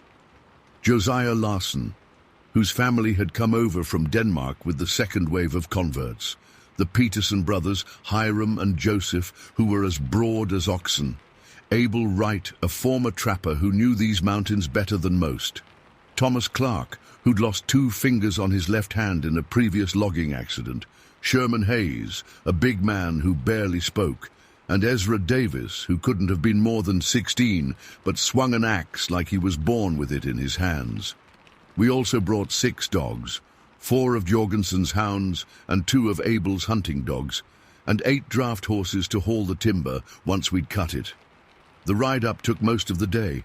The canyon was beautiful that time of year, the aspens just starting to bud and patches of snow still clinging to the shadier slopes. But something felt off from the start. The birds went quiet as we passed, and more than once I caught Abel looking over his shoulder at nothing in particular. "Something bothering you, Abel?" I finally asked as we neared our destination. He shrugged. "Just a feeling, like we're being watched." I laughed it off, but truth be told, I felt it too. A prickling on the back of my neck that wouldn't go away. We reached the clearing by late afternoon. It was a good spot, flat enough for camp with a small stream nearby and tall pines stretching in every direction. Jorgensen seemed pleased. "We set up here," he announced, dismounting. "Tomorrow we start cutting. Church needs this timber by month's end." We worked quickly to establish camp, setting up the cook tent, preparing the sleeping area, and building a good-sized fire pit. The dogs roamed the perimeter, occasionally barking at squirrels or other small game. Nothing unusual. That first day was uneventful. We ate a simple supper of salt pork and beans, then sat around the fire, sharing stories as men do. Isaac played a little harmonica, and Josiah led us in a hymn before we turned in for the night. I remember feeling content as I rolled out my bedding, thinking about the money I'd make and how Sarah's father might finally see me as worthy of his daughter. I don't know what time it was when the dogs first started barking. Late, the fire had burned down to embers, and the moon was high. At first we ignored it. Dogs bark at all sorts of things in the forest at night. But this wasn't normal barking. It started with one, I think it was Abel's pointer, and then spread to all 6, a frantic, terrified sound that had us all sitting up. "What in heaven's name?" Thompson muttered, rubbing sleep from his eyes. Jorgensen was already on his feet, rifle in hand. "Build up the fire," he ordered. "Now!" We scrambled to obey, throwing pine branches onto the coals. The flames jumped high, pushing back the darkness, but revealing nothing beyond our small circle of light. The dogs had formed a line at the edge of camp, all facing the same direction, hackles raised, growling and barking at something we couldn't see. "There," Abel whispered, pointing. For just a moment, I thought I saw movement in the trees, something large shifting in the shadows. Then it was gone. "What was it?" young Ezra asked, his voice cracking. "Probably just a bear," Jorgensen said, but he didn't lower his rifle. "Keep the fire hot tonight. We'll take watches." None of us slept much after that. The dogs settled eventually, but they remained alert, ears perked toward the forest. I took the third watch with Miller, and though we saw and heard nothing unusual, that feeling of being watched grew stronger as the night wore on. Morning came with blessed normalcy. We ate a quick breakfast and set to work. The rhythm of the axes and saws, the smell of fresh-cut pine, the shouts of men working, it all felt so ordinary, so safe. By midday, I'd nearly convinced myself that last night had been nothing more than wood spookiness getting the better of us. We felled 8 good-sized pines that day, cutting them into manageable sections that the horses would drag back to the road once we had enough. It was honest, hard work that left little time for worry. By the time we returned to camp for supper, muscles aching pleasantly, I was looking forward to a good night's sleep. If only I'd known it would be my last peaceful night in those mountains. The second day passed, much like the first. We cut timber from sunup to sundown, making good progress. Jorgensen was pleased, saying we might finish ahead of schedule if we kept this pace. We returned to camp tired but satisfied, wolfing down the stew Josiah had prepared and settling around the fire. The trouble started just after dark, fell completely. The dogs had been restless all evening, pacing the edge of camp instead of lying by the fire as they usually did. Abel watched them closely, his weathered face creased with concern. "They smell something," he said quietly. "Something they don't like." Jorgensen nodded. "Double the size of the fire tonight, and keep your rifles close." We hadn't been sitting long when Abel's pointer suddenly went rigid, staring into the darkness beyond our camp. Then, without warning, it bolted into the trees, barking furiously. The other dogs followed immediately, as if they'd been waiting for just this signal. "No!" Abel shouted, jumping to his feet. "Come back!" But the dogs were gone, their barking growing fainter as they pursued whatever had caught their attention. We stood frozen, listening as the sounds moved deeper into the forest. Then came the yelps, sharp cries of pain that cut through the night air. One by one, the dogs' voices went silent. "Dear God," someone whispered. The silence that followed was worse than the cries. It stretched for perhaps 30 seconds before a new sound reached us, the terrified whinnying of our horses, tethered on the far side of camp. Jorgensen was the first to move. "The horses! Get to the horses!" We grabbed our rifles and lanterns, racing toward the sounds. I remember the beam of my light bouncing wildly as I ran, catching glimpses of tree trunks and startled eyes of my companions. We were too late. By the time we reached the horses, 2 were already down, massive dark shapes thrashing in their death throes. The others pulled frantically at their ropes, eyes rolling white with terror. And there, moving between them, was a shadow darker than the night itself. I couldn't make out its shape clearly, just an impression of height and massive shoulders. But I saw its eyes catch the lantern light, reflecting an unnatural yellow-green, like no animal I'd known. "Shoot it!" Jorgensen bellowed, raising his rifle. We fired together, the sound deafening in the small clearing. The shadow moved, faster than seemed possible for its size, and vanished into the trees. Whether we hit it or not, I couldn't say. The remaining horses screamed and bucked, one breaking free and bolting into the darkness. We heard its panicked galloping fade, then a crash, then silence. "Back to camp," Jorgensen ordered, his voice tight with fear. "Now!" We retreated, moving backward, rifles still pointed toward where the creature had disappeared.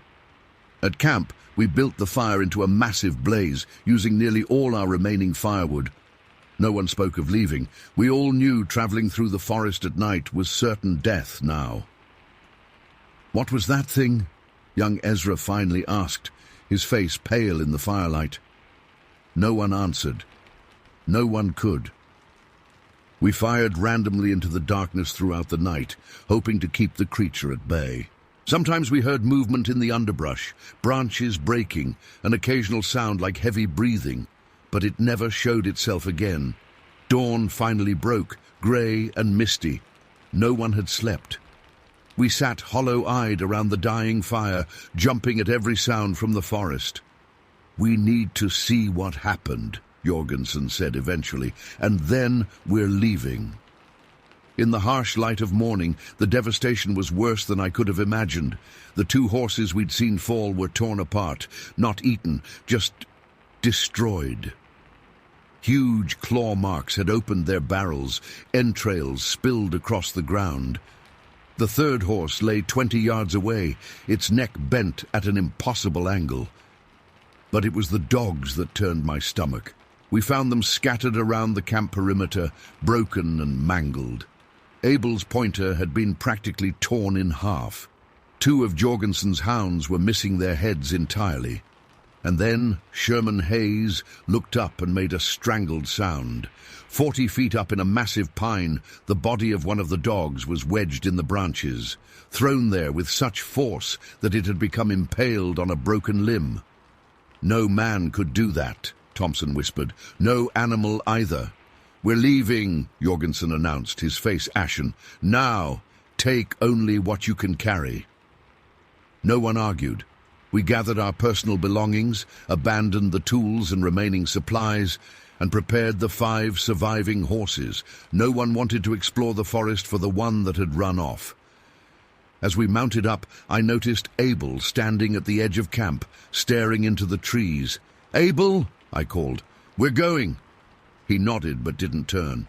"I've trapped in these mountains for 20 years, he said quietly. "Seen bear, cougar, wolf. This wasn't any of those."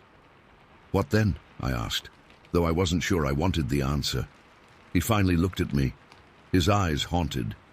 "My grandmother was Ute. She told stories of an old spirit that guarded these mountains, something that walked like a man but wasn't. The people never hunted in certain places because of it." He shook his head. "I always thought they were just stories." We rode down the mountain in silence, looking over our shoulders the entire way. Every snapping twig, every rustle of leaves had us reaching for our rifles, but whatever had attacked us seemed content to let us leave. When we reached Ephraim that afternoon, word spread quickly. The church elders questioned us for hours, particularly about what we'd seen of the creature itself. I had little to tell them beyond those glowing eyes and the impression of size. Bishop Porter called the attack the work of a bear, but his eyes said differently. He announced that a new crew would be sent up in a few weeks' time. "The Lord's temple requires this timber," he stated firmly. "We will not be deterred by wildlife." I wasn't among the second crew. Neither was Abel or Miller or the Thompson brothers. In fact, only Jorgensen returned, likely because he needed the money more than he feared death. I heard later that the new crew refused to stay after nightfall. They worked from dawn until mid-afternoon, then retreated down the mountain before darkness could catch them. They cut less timber than we had, but they all survived. That part of Ephraim Canyon became known as Slaughter Hollow after what happened to us. For years afterward, no one went there willingly, especially after dark. The church eventually got its timber from elsewhere. As for me, I never set foot in those mountains again. I took up carpentry in town, married Sarah the following spring, and tried to forget what I'd seen. But some nights, when the wind blows just right through the pines outside our home, I wake suddenly, hearing phantom dogs barking a warning, and I wonder if it's still up there, waiting for anyone foolish enough to intrude on its domain. The timber camp is abandoned now, reclaimed by the forest. Only rotting tent poles and rusted tools remain to mark where we once worked, but the locals still avoid Slaughter Hollow, crossing themselves when they speak of it, even those who don't know the full story. Some things are best left undisturbed, Some places are not meant for men to dwell, and some creatures, those that were here long before us and will remain long after we're gone, deserve our fear and respect. I don't know what attacked us that night in 1876. I don't want to know. But sometimes, when I look up at the mountains from the safety of town, I swear I can feel it watching, patient and ancient, guarding its territory against all who would enter uninvited. Story 6. I didn't run at first. That's what I remember most clearly. I just stood there, a 7-year-old boy frozen in place on our gravel driveway, my plastic toy truck forgotten in my hand. The thing across the street wasn't moving either. We were like two statues, me and that, whatever it was. It was 1979, early October in Pine Hollow, a forgotten corner of upstate New York, where our house sat at the dead end of Maplewood Drive. Behind our property stretched miles of dense forest. Across the street was Old Man Keller's abandoned gravel pit, a massive gash in the earth, ringed by maple and pine trees. I'd been playing alone that afternoon, my knees dirty from crouching in the gravel, making roads for my Tonka trucks, when something made me look up. A feeling, a change in the air. Something that made the hair on my small arms stand up. That's when I saw it. Standing at the tree line across the street, its black form stark against the autumn colors, was something impossible. It stood perfectly still, facing away from the gravel pit, and toward our house. Toward me. It had to be 8 feet tall, maybe more, with shoulders broader than our refrigerator. Completely black, not like a bear, wrong shape entirely. No neck that I could see, just a massive head that seemed to sit directly on those tremendous shoulders. I couldn't make out features at that distance, about 40 feet separated us, but I could feel it watching me. I knew it was watching me. 58 seconds. I counted them later, trying to convince myself. Nearly a full minute we stood there, locked in that silent stare-down, before my legs finally remembered how to work. I bolted for the house, toy truck still clutched in my hand, screen door slapping behind me as I burst into the kitchen. "Dad! Dad!" My voice came out high and breathless. "I saw a Bigfoot across the street by the trees." My father glanced up from the newspaper spread across our kitchen table, coffee mug in hand. His eyes narrowed slightly, the way they did when he was deciding if I was making up stories again. "Thomas," he said slowly, "what did we talk about last week, with the monster in your closet?" It wasn't like that," I stammered. "It was real. It was standing right there watching me." Dad sighed and folded his newspaper. "Son, there aren't any Bigfoots in Pine Hollow. Probably just a bear standing on its hind legs, or maybe one of the Dawson boys playing a prank." "It wasn't a bear," I insisted. "It was too tall, and black all over, and it stood like a person." "Thomas," my father's voice went firm, "that's enough. Now go wash up for dinner." I remember looking out every window in the house that evening, scanning the tree line until darkness made it impossible to see. Whatever had been there was gone, or at least hidden. But I knew what I'd seen, and I knew it hadn't been a bear. Years passed. I grew older, taller, and people stopped calling me Thomas except for my mother. I became Tom to most folks, especially my hiking buddies at SUNY Plattsburgh, where I was studying forestry. My childhood encounter remained a memory I rarely shared. The few times I'd mentioned it in high school had earned me nothing but ridicule. It was early May 1991 when Jason, Mark, and Pete convinced me to join their weekend hiking trip to the Adirondacks. We'd planned to explore Dakine Valley and maybe summit Dix Mountain if the weather held. We drove up Friday afternoon in Jason's rusty Jeep Cherokee, gear piled in the back, classic rock blasting from the speakers. The plan was to set up base camp near Slide Brook, which had a good beaver dam and trout stream. We'd spend Saturday tackling Dix Mountain, then fish on Sunday before heading back to campus. I woke up Saturday morning feeling like absolute garbage.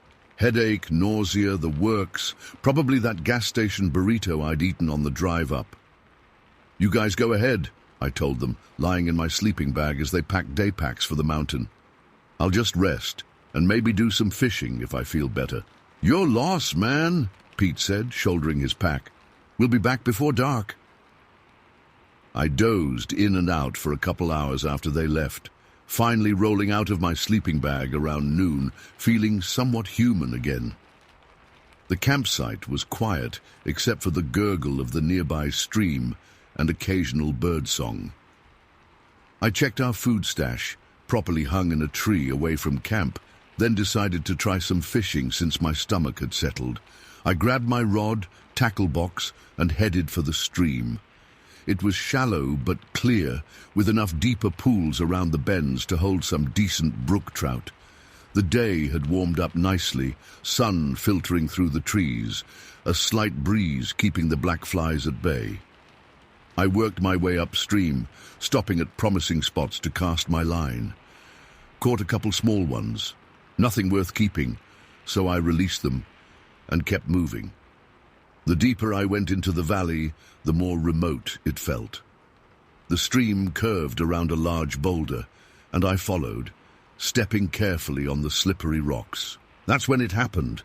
One moment I was focused on my footing, the next, chaos erupted from my left. No warning, no sound beforehand, just an explosion of movement and noise, the violent crack of breaking branches, the crash of something massive moving through undergrowth. My heart slammed into my ribs. My fishing rod clattered onto the rocks. I froze, certain I was about to die. But the sound wasn't coming toward me. It was moving away. Something huge was crashing through the forest, snapping saplings and branches as it went, each cracked like a gunshot in the quiet valley. Whatever it was fleeing from me, not charging. The noise continued for maybe 15 seconds, growing fainter until it faded completely. My legs were shaking so bad I had to sit down on a rock. Sweat poured down my back despite the cool air. What the hell had just happened? A bear, maybe, but bears don't usually run like that unless they're startled, and I hadn't been quiet. I'd been splashing through the stream for a good half hour. I scanned the woods where the sounds had come from. The undergrowth was disturbed, some small trees bent over, but I couldn't see far into the thick forest. Every instinct told me not to investigate. Instead, I grabbed my fishing gear and headed straight back to camp, checking over my shoulder every few steps. I didn't mention the incident when my friends returned from their hike, sunburned and exhausted. They'd have either not believed me or, worse, wanted to go looking for whatever had made those sounds. I wasn't ready to face that possibility. Not yet. But that night, as we sat around the campfire, Jason started telling stories about hikers gone missing in the Adirondacks over the years. "They never found that guy from Syracuse," he said, poking the fire with a stick. "The one who disappeared near Avalanche Pass back in '87. Rangers searched for 2 weeks. Nothing. Probably just got lost, fell into a ravine," Mark said with a shrug. "Maybe," Pete added, leaning forward. "Or maybe something got him." I stared into the flames, saying nothing, but feeling the weight of my morning encounter pressing down on me. 3 months later, we were back in the Adirondacks. Different location this time, further north, closer to the High Peaks region. There were 5 of us, me, Jason, Mark, Pete, and Mark's cousin Brian, who was visiting from Ohio. We'd been hiking all day, making our way through a valley between 2 ridges. The weather was perfect. Clear blue sky, temperature in the low 70s, not a breath of wind. That detail becomes important. We stopped for a break in a small clearing. I was sitting on a fallen log, drinking from my water bottle when we heard it. Crack! Not a gunshot. Something different, something massive. The unmistakable sound of a tree being torn down. All 5 of us froze, eyes darting to one another. There was no wind. None. No logical reason for a tree to fall. "What the hell was that?" Brian whispered. Before anyone could answer, we heard it again. Crack! Followed by the distinctive whoosh and crash of a full-sized tree hitting the forest floor. Somewhere off to our right, maybe 100 yards away. Logging operation, Pete suggested, but his voice was uncertain. We all knew there were no active logging permits in this protected area. In a wilderness area? No way, Jason said. Besides, no chainsaw noise. Maybe we should check it out, Mark suggested, already standing. Or maybe we should keep moving, I countered, something cold settling in my stomach. The memory of that thing crashing away from me by the stream flashed in my mind. The debate ended when we heard a third crack, distinctly closer than the previous two. Without further discussion, we shouldered our packs and continued on our planned route, moving at a noticeably faster pace. Nobody wanted to admit it, but we were all spooked. That night at our campsite, after Brian and Pete had gone to sleep, Mark, Jason and I sat by the dying embers of our fire. The conversation inevitably turned to what we'd heard. "My grandfather used to tell stories," Mark said quietly, glancing toward the dark wall of trees surrounding our site. "He was a logger up in Maine back in the 50s. Said the old-timers would talk about forest creatures that would knock down trees to scare people away from certain areas."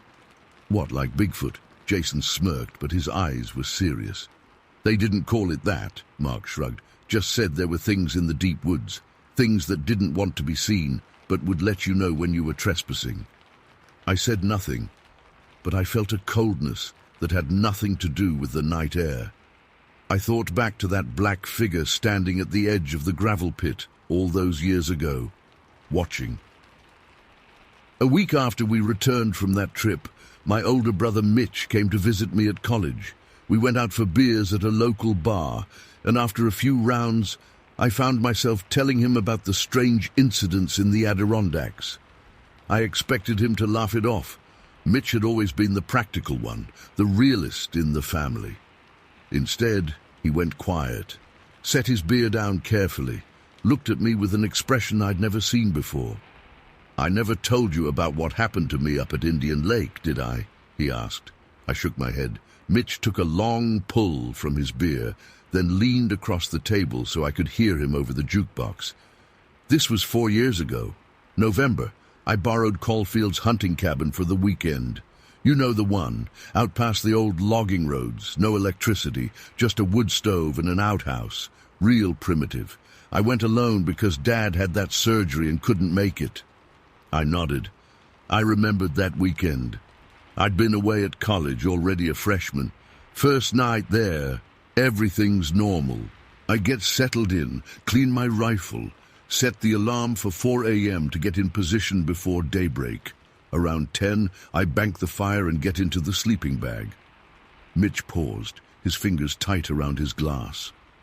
I was almost asleep when I heard something outside. At first, I thought it was just a raccoon or maybe a deer passing by, but then it got louder. Something was moving around the cabin, circling it. "A bear," I suggested, already knowing it wasn't. Mitch shook his head slowly. "Bears don't move like that. This was deliberate, like it was checking the place out, testing. And the footsteps were heavy but spaced out, long stride. I felt the hairs rise on my arms, exactly like they had when I was 7 years old, staring across at that black figure. "Then what happened?" I asked, my mouth dry.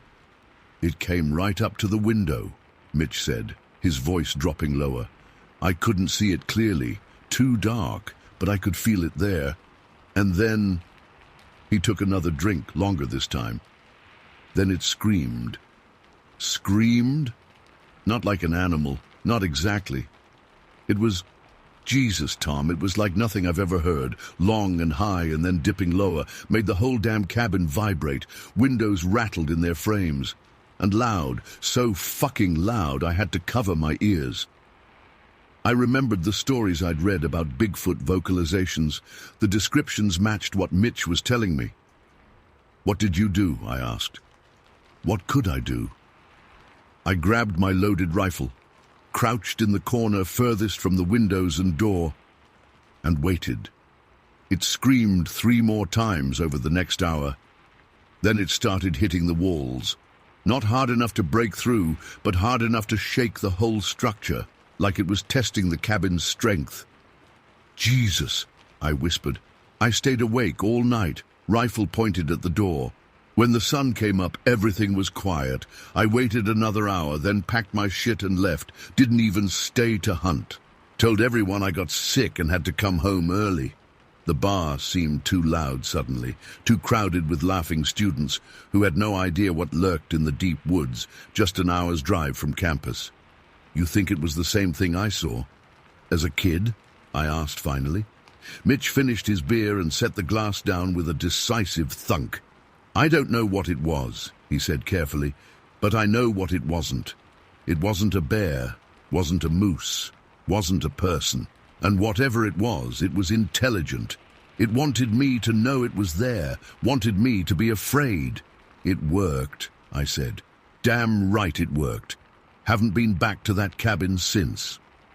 We ordered another round and talked about other things. His job, my classes, the family. But the conversation kept circling back to what waited in the woods. What had stood watching me across from the gravel pit. What had charged away from me by the stream. What had knocked down trees to warn us away. What had terrorized my brother in that hunting cabin. I had always wondered if my childhood experience had been imagination, a trick of light and shadow combined with a kid's active mind. Now I knew better. There was something out there in the forests of upstate New York, something not quite human, but more than animal, and it was watching us. Story 7. I'll never forget that night in October of 1943. The memory's as sharp now as it was then, even though I'm an old woman with hair turned white decades ago. Some folks say childhood memories get twisted with time, but not this one. This one's burned into me like a brand on cattle. My name's Lily Morgan. My brother Lucas and I were 11 years old that fall, riding on a rickety Arkansas bus line with our folks, heading from West Memphis to Fort Smith, where our uncle had promised Daddy work at the paper mill. The war was on, and jobs were precious things.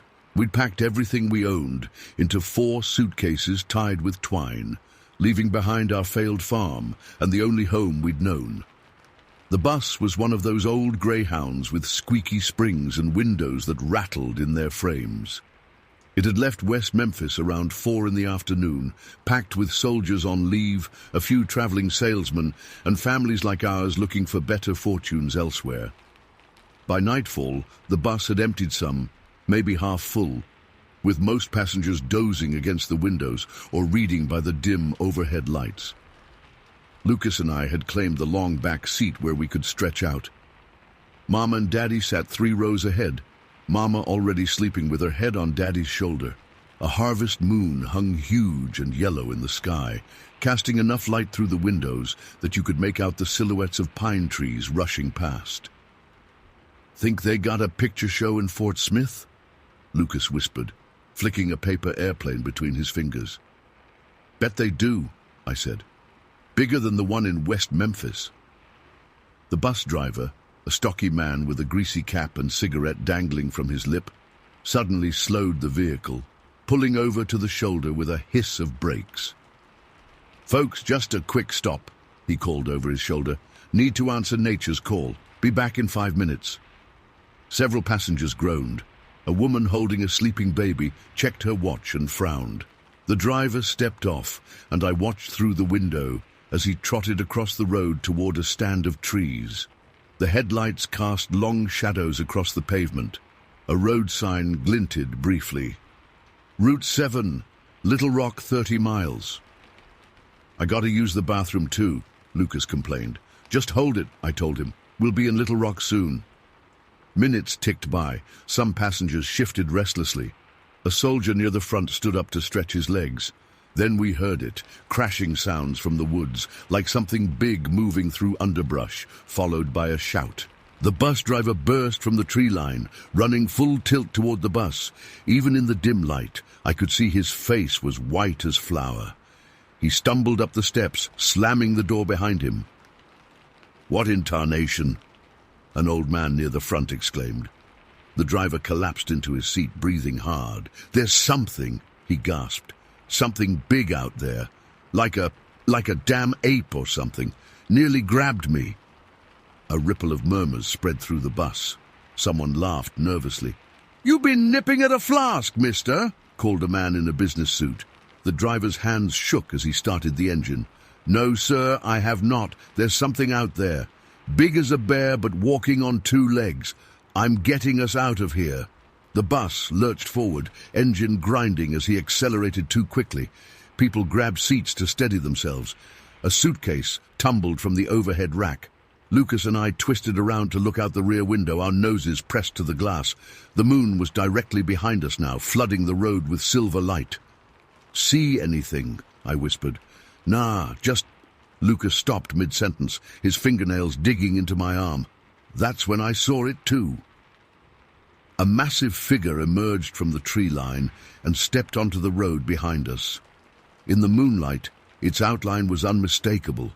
It stood upright on two legs, arms hanging at its sides, covered in what looked like dark hair or fur. It wasn't a bear. Bears don't walk like men. "Lily," Lucas breathed, his voice barely audible. The creature stood in the middle of the road, watching our departing bus. It must have been 7 feet tall at least, broad across the shoulders, with a slightly hunched posture. But it was the way it moved that froze my blood. Not shambling or awkward like the trained chimps we'd seen at the traveling carnival last summer. This thing moved with purpose, with awareness. As the distance between us grew, it turned its head, seeming to look directly at Lucas and me through the back window. Then, with deliberate strides, it crossed the remainder of the road and disappeared into the woods on the other side. "Did you see that?" Lucas's voice cracked. "Did you see it watching us?" I nodded, unable to speak. My heart hammered so hard I thought it might burst from my chest. "Up front!" Lucas suddenly shouted, scrambling over the seat. "Mister, we saw it! We saw what you were talking about!" The bus erupted. Several passengers moved toward the back to look out the windows. Others huddled closer together, as if proximity might offer protection. "What did it look like, son?" asked one of the soldiers, a young man not much older than 18 with a fresh crew cut. "It was big," Lucas said, his words tumbling out. "Walking on two legs, covered in hair. But it wasn't no escaped circus animal. It moved different. Like it knew what it was doing," I added, finding my voice at last. "It watched us. It turned its head and looked right at us." The soldier's face paled. He exchanged glances with his buddy. "You boys know something?" our father asked, coming back to put his hands on our shoulders. I could feel the tension in his fingers. The second soldier, a red-haired man with freckles across his nose, cleared his throat. "Couple fellas at camp talked about something in these woods. Said their grandpappy used to tell stories about a creature lives up in these hills. Called it different names, wild man, wood booger, some such thing." "That's just mountain talk," said the businessman dismissively, though he kept glancing out the windows into the darkness. An elderly woman 3 seats ahead turned around. Her grey hair was tied back in a severe bun, her face mapped with wrinkles. "It ain't just talk, mister. My brother saw one back in 22 while hunting near Russellville. Came home white as a sheet, rifle unfired. Said he'd watched something that weren't human nor animal, moving through the creek bed, picking up rocks and examining them like it was looking for something." Others began to speak up then, voices overlapping. "My cousin's boy saw something matching that description up near Harrison. Timber crew I worked with in 39 found footprints big as dinner plates after something tore apart their camp. My daddy wouldn't let us kids play in the North Woods after sunset because of stories his daddy told him. The driver kept the bus moving fast, the speedometer needle trembling well above the 55 mph limit sign we passed. No one complained about the speed. "Why doesn't anybody talk about this?" I asked, genuinely confused. "If so many people have seen this thing." "Who'd believe it, girl?" said a thin woman clutching a purse to her chest. "You tell folks you saw a giant hairy man in the woods, they'll have you fitted for a straitjacket. Or they'll just say you're drunk or crazy," added another man. "Better to keep quiet." No one slept for the remainder of the journey. The passengers stayed huddled in small groups, talking in low voices. Mama kept Lucas and me close, her arm around my shoulder. She didn't say much, but I could feel her trembling slightly. We reached Fort Smith just before dawn. As passengers disembarked, several exchanged addresses, promising to write if they heard anything more about you-know-what. The soldiers clapped Lucas on the shoulder and told him he was a brave kid. The driver sat slumped in his seat, looking exhausted, nodding mechanically as people filed past. Uncle Jeremiah met us at the station in his pickup truck, surprised to find us so quiet and drawn. "Bad journey?" he asked, helping Daddy with the suitcases. "You could say that," Daddy replied, glancing at Lucas and me.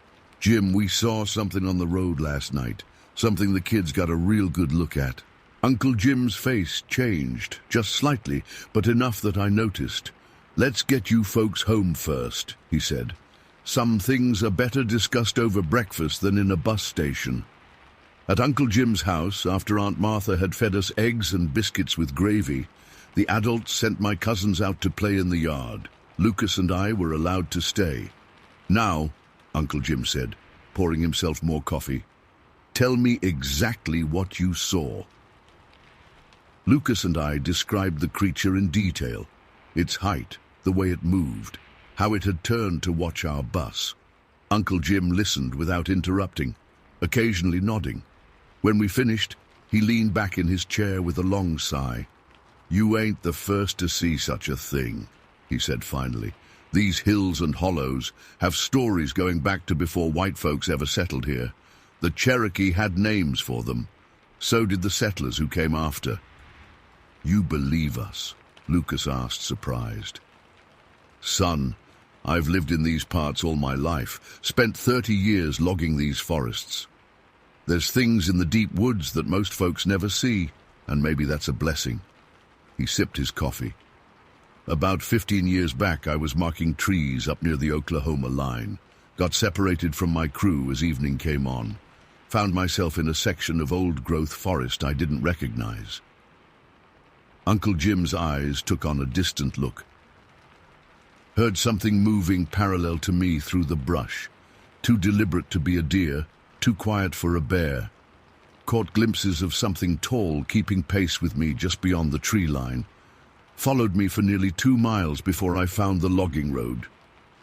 "Did it look like what we saw?" I asked. "Never got a clear look, but I found tracks the next morning when I went back with the foreman. Big as my hand, shaped almost like a man's foot, but wider, deeper. Foreman made us all swear not to talk about it, said it'd scare off the new hires." In the months that followed, we settled into life in Fort Smith. Daddy got his job at the paper mill. Lucas and I started at the local school, but we never forgot what we'd seen on Route 7. The following spring, a small article appeared in the Fort Smith newspaper about strange sightings near a mining camp outside Little Rock. The description matched what Lucas and I had seen. Tall, hairy, walking upright. Daddy cut it out without comment and tucked it into his Bible. Over the years, we collected similar stories. A hunter in the Ozarks in 46. A family whose car broke down on a back road in 48. 2 fishermen on the White River in 52. Each description remarkably similar to what we'd witnessed that night. Lucas became obsessed with the creature. When he turned 16, he began venturing into the forests around Fort Smith on weekends, taking our father's camera. Mama hated it, begged him to stop, but there was no deterring him. "I just want proof, Lily," he told me one night after returning from a 3-day camping trip empty-handed. "Just once, to show everyone we weren't making it up." In 1950, Lucas joined the army and shipped out to Korea. He came back changed, like so many did, quieter and harder. But he still disappeared into the woods whenever he could, searching. I went to nursing school in Little Rock, deliberately choosing a route that avoided Route 7. Every time I drove home to visit, I'd take the long way around, adding hours to my journey rather than past that stretch of road where the creature had stood watching our bus. In the summer of 1963, 20 years after our sighting, Lucas finally got his wish. He'd been working as a surveyor for the State Highway Department, spending weeks in the remote corners of Arkansas. He called me from a payphone in Mena, his voice tight with excitement. "Lily, I saw it again, clear as day, not 100 yards from me. It was drinking from a stream when I came around the bend." "What did you do?" I asked, my mouth suddenly dry. "Nothing, just stood there." It looked at me for maybe 10 seconds, then turned and walked into the trees, not running, not scared, just walked away. He paused. "It knew me, Lily. I swear it recognized me from that night on the bus." "That's not possible," I said. "It can't be the same one." "Maybe not, but it knew what I was, same as I knew what it was." Lucas died 2 years later, in a flash flood, while surveying a canyon in the Ouachita Mountains. They never found his body, just his truck parked at the trailhead and his equipment scattered along the creek bed. At his memorial service, a man approached me, introduced himself as Lucas's work partner. He handed me a sealed envelope. "Lucas told me to give you this if anything ever happened to him," he said you'd understand. Inside was a black and white photograph, slightly blurry but unmistakable. A tall, hair-covered figure standing between 2 trees, looking directly at the camera. On the back, Lucas had written, "Route 7, mile marker 118, it's still there." I never showed the photograph to anyone. Kept it locked in my dresser drawer all these years. What would be the point? People believe what they want to believe, see what they want to see. But I know what Lucas and I saw that night in 1943. I know what's out there in those Arkansas woods, moving quietly between the trees, watching, waiting. Something that walks like a man, but isn't a man. Something that's been there longer than any of us, and will likely remain long after we're gone. Sometimes on clear nights when the harvest moon hangs low, I think about that moment when it turned and looked at us through the bus window. In my dreams, it's still watching, its gaze following me across the decades. And I wonder, not for the first time, what would have happened if the bus driver hadn't run when he did. If he'd stayed just a minute longer in those dark woods off Route 7. I don't drive at night anymore. Some roads are best left untraveled after dark. Story 8. I can still hear those screams. They echo in my head on quiet nights 25 years later. Doesn't matter that I'm pushing 70 now. The sound remains as clear as the night it happened, fall of 96. Me and my cousins Bobby and Jim headed out to Hell's Canyon like we'd done most years since we were kids. My dad started bringing us out there in the early 60s, when the mule deer population was still healthy, before the wolves moved in and changed everything. We packed up my old Ford F-150 on a Friday morning. The truck was nothing special. Faded blue paint, some rust spots along the wheel wells, but mechanically sound. I'd added a steel canopy with plexiglass windows years back. Made it perfect for sleeping in during hunting trips. "You sure this old piece of junk can make it all the way to Doug Bar?" Bobby asked, tossing his rifle case into the truck bed. "Made it every year so far," I said. The drive from halfway took nearly 3 hours on paved roads before we hit the turnoff, an unmarked dirt path that most folks would drive right past. Another 4 hours of crawling along that 2-track, the truck bouncing over rocks and ruts, branches scraping both sides. Bobby and Jim bitched the whole way, but I didn't mind. The isolation was the point. "Jesus Christ, Charlie," Jim said after a particularly hard jolt. "You trying to break my tailbone?" The sun was low when we finally reached our spot. Doug Bar wasn't much, just a small clearing near the Snake River, surrounded by ponderosa pines and rimrock formations that rose up like ancient walls. No official campsite, no facilities, nothing, just wilderness. I parked the truck about 30 yards from the river's edge. The place looked exactly as it had for decades. Rocks, dirt, the water rushing past. Only thing different was the deer sign. Used to be you'd see tracks everywhere, Now you had to work for it. Home, sweet home, I said, killing the engine. The canyon walls rose steep on both sides, making the place feel like the bottom of a giant stone funnel. The late October air had a bite to it, maybe low 40s, but the sky was perfectly clear. Full moon would be rising later. Good hunting weather. Bobby and Jim unloaded their tent and set it up about 25 yards from the truck, closer to a stand of trees. I watched them struggle with the poles while I arranged my sleeping bag and gear in the truck bed. The canopy gave me all the shelter I needed. "You're getting too old to sleep in that truck, Charlie," Bobby said, hammering in a tent stake. "And you're getting too old to be sleeping on the ground," I replied. We cooked beans and bacon on my small camp stove, then cracked open beers as darkness settled in. The temperature dropped fast once the sun disappeared behind the canyon rim. We huddled around the small fire we'd built, talking about previous hunts, our jobs, Bobby's kid in college. By 9, the moon had risen fully above the eastern canyon wall, flooding the entire area with pale silver light. You could see nearly as well as during daytime. The river shimmering, the rocks casting sharp shadows, the trees standing like sentinels. "I'm turning in," Jim announced, crushing his beer can. "Want to be up before dawn?" "Me too," Bobby added. "You coming, Charlie?" "In a bit," I said, "going to finish this beer first." They disappeared into their tent, and I sat alone by the dying fire. The isolation hit me then. Just how far we were from civilization. The nearest paved road was hours away. No cell service, no other humans for miles. Just us and whatever animals called this place home. I doused the fire around 9:30 and climbed into the back of my truck.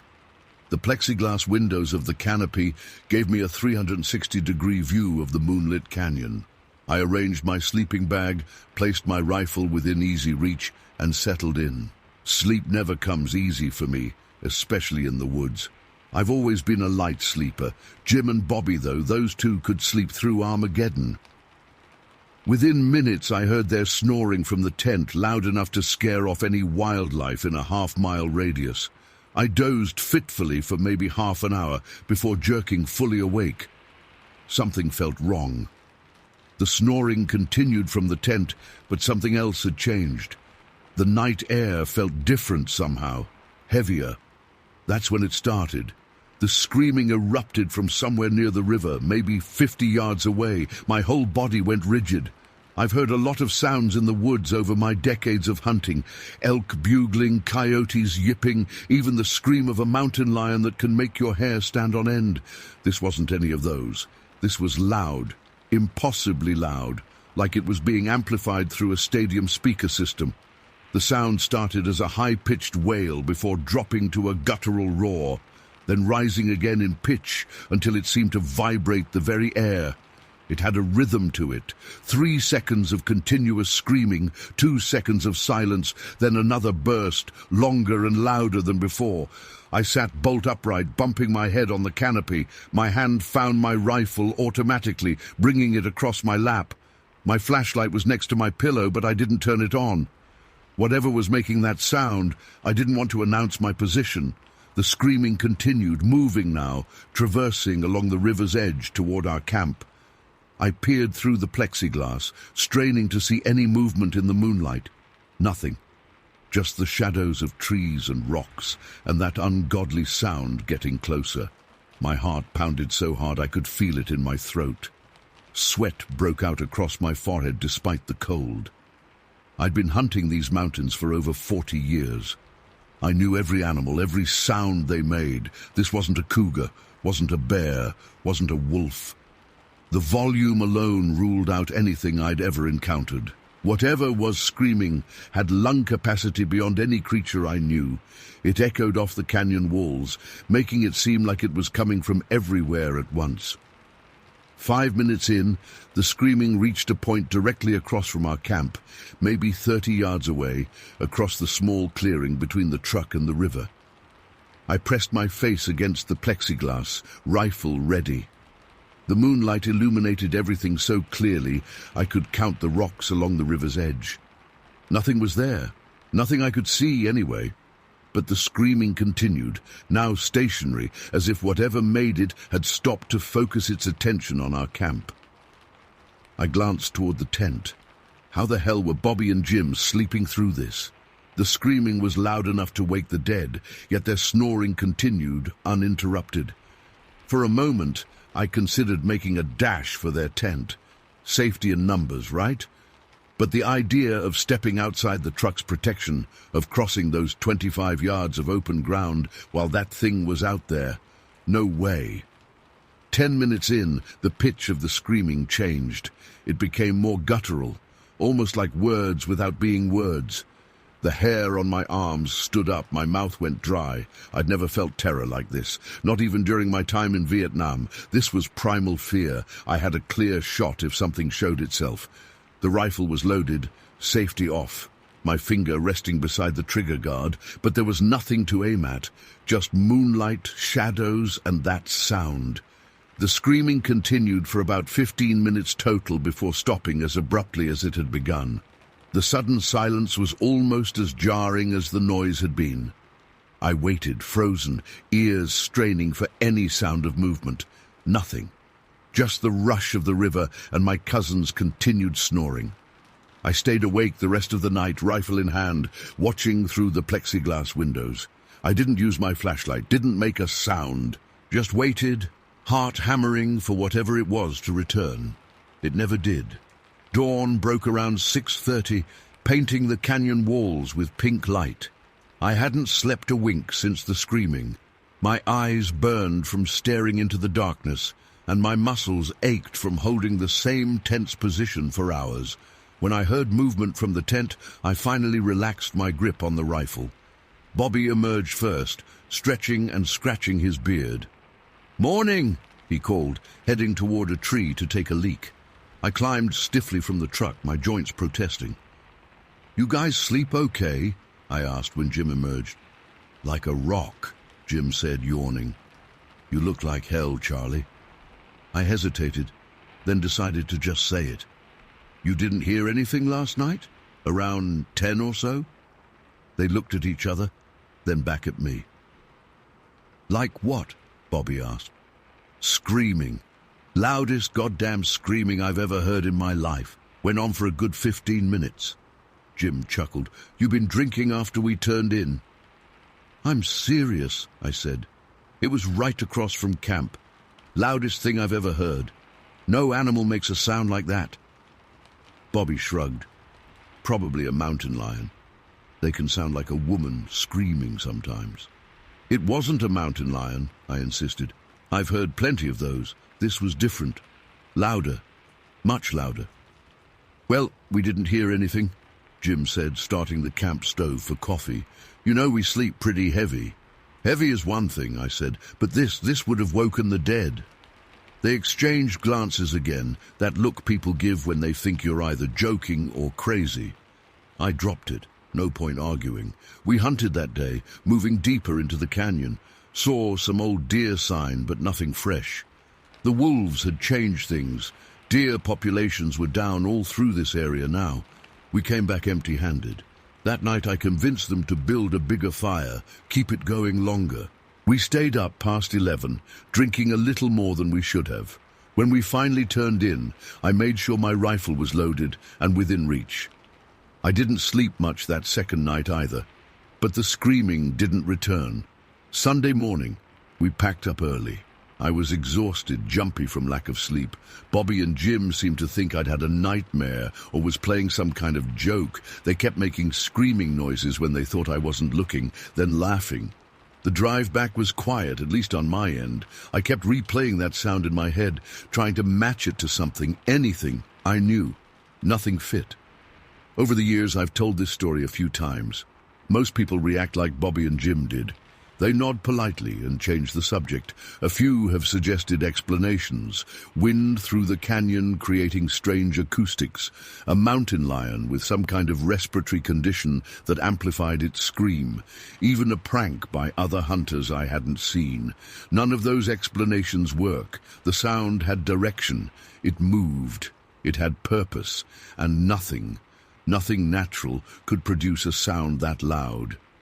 I never went back to that specific spot again, though I continued hunting other areas of Hell's Canyon for another decade or so. But I always made sure to camp in more accessible locations, places where other hunters might be within earshot. I'm nearly 70 now. My hunting days are mostly behind me. These days I stick to fishing the Wallowa River, where the only sounds are water rushing over rocks and maybe the occasional osprey cry. But on quiet nights when I'm lying in bed and the house is still, I sometimes hear it again. That screaming. I'll jerk awake, heart racing, convinced it's right outside my window. It never is, of course, just the memory. People take my story with a grain of salt. I understand that. If I hadn't heard it myself, I wouldn't believe it either. But I know what I heard that night in Hell's Canyon under the full moon. I know it wasn't anything natural. What bothers me most isn't the memory of the sound itself. It's the fact that something was out there, just yards away, screaming loud enough to wake everything within miles, yet remaining completely invisible in bright moonlight. And sometimes I wonder if it saw me through those plexiglass windows, watching me as I watched the darkness. And if it's still out there. Story 9. I still remember the smell of that day. Pine needles, damp earth, and the musty sweetness of decaying leaves.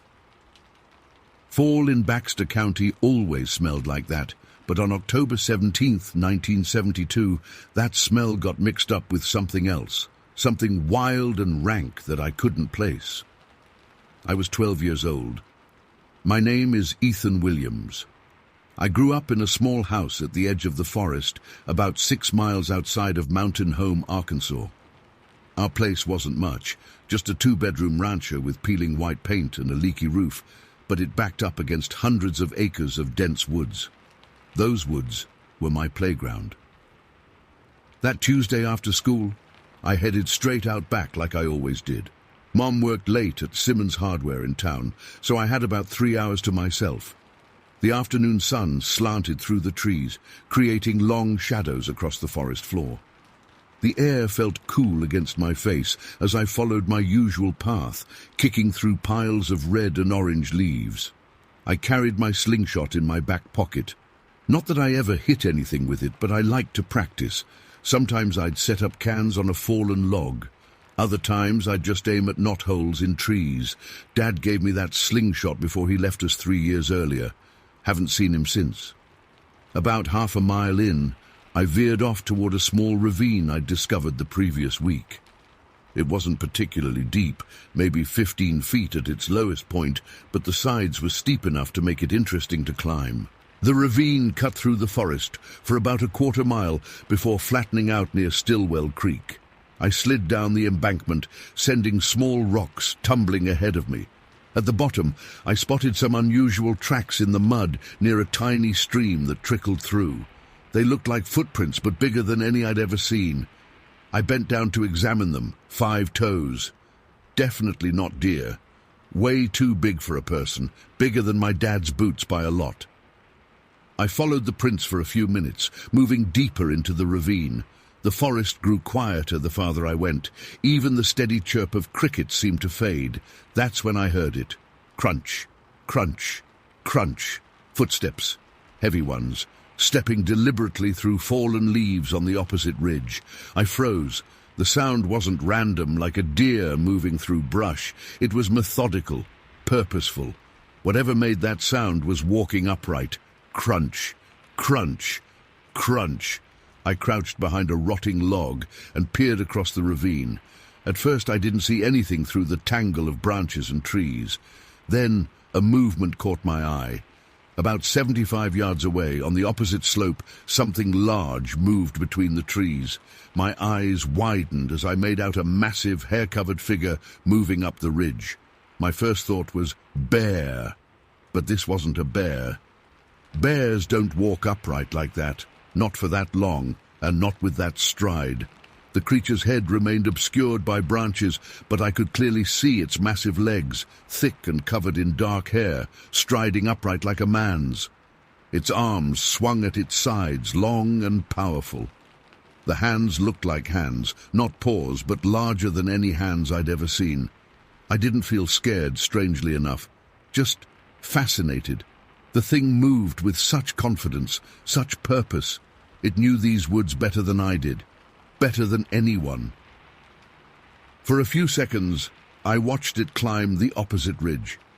Then, driven by curiosity, I scrambled up my side of the ravine. I needed to get a better look. I wanted to see its face. I ran in a wide arc, circling around to where I'd spotted the creature. My heart pounded in my chest, but not from fear, from excitement. I'd discovered something important. When I reached the spot where I'd seen it climbing, I stopped to catch my breath. The forest had gone completely silent. No birds, no squirrels chattering in the trees, no insects buzzing, nothing. That unnatural silence pressed against my ears. For the first time, a trickle of fear crept up my spine. I walked forward slowly, scanning the trees for any sign of the hairy figure. The air felt different suddenly, heavier, charged with something I couldn't explain. My skin prickled, the hairs on my arms stood on end. Then I smelled it. A powerful, musky odor, unlike anything I'd ever encountered. Not like a dead animal or skunk. This smell was alive and wild, like wet fur mixed with something sour and strange. The silence deepened. I could hear my own heartbeat now, thumping loudly in my chest. Something watched me. I felt it like a physical touch. I turned slowly, scanning the forest. Nothing moved. Yet I knew with absolute certainty that I wasn't alone. A twig snapped behind me. Terror exploded in my chest, not the kind of fear that builds gradually. This hit me like a truck.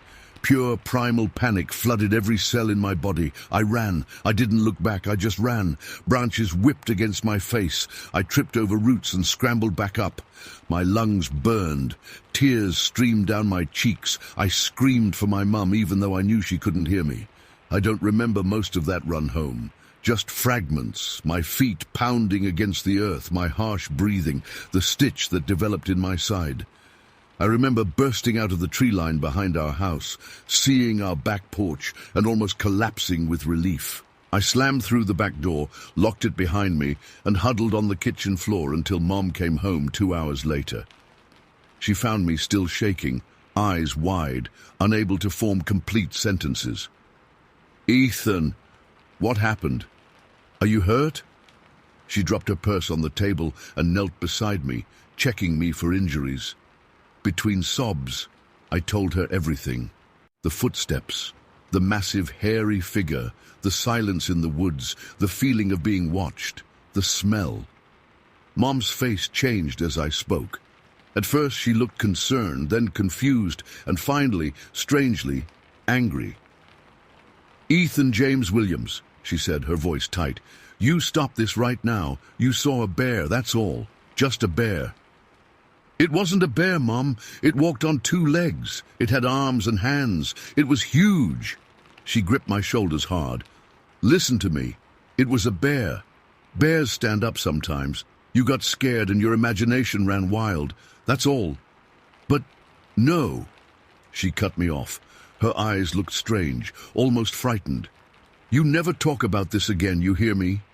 Not to your friends at school, not to your teachers, not to anyone. People will think you're crazy. But I know what I saw." Mom's fingers dug into my shoulders. "Promise me, Ethan. Promise me you'll never tell anyone about this." Something in her voice made me stop arguing. I nodded slowly. "Say it," she insisted. "I promise."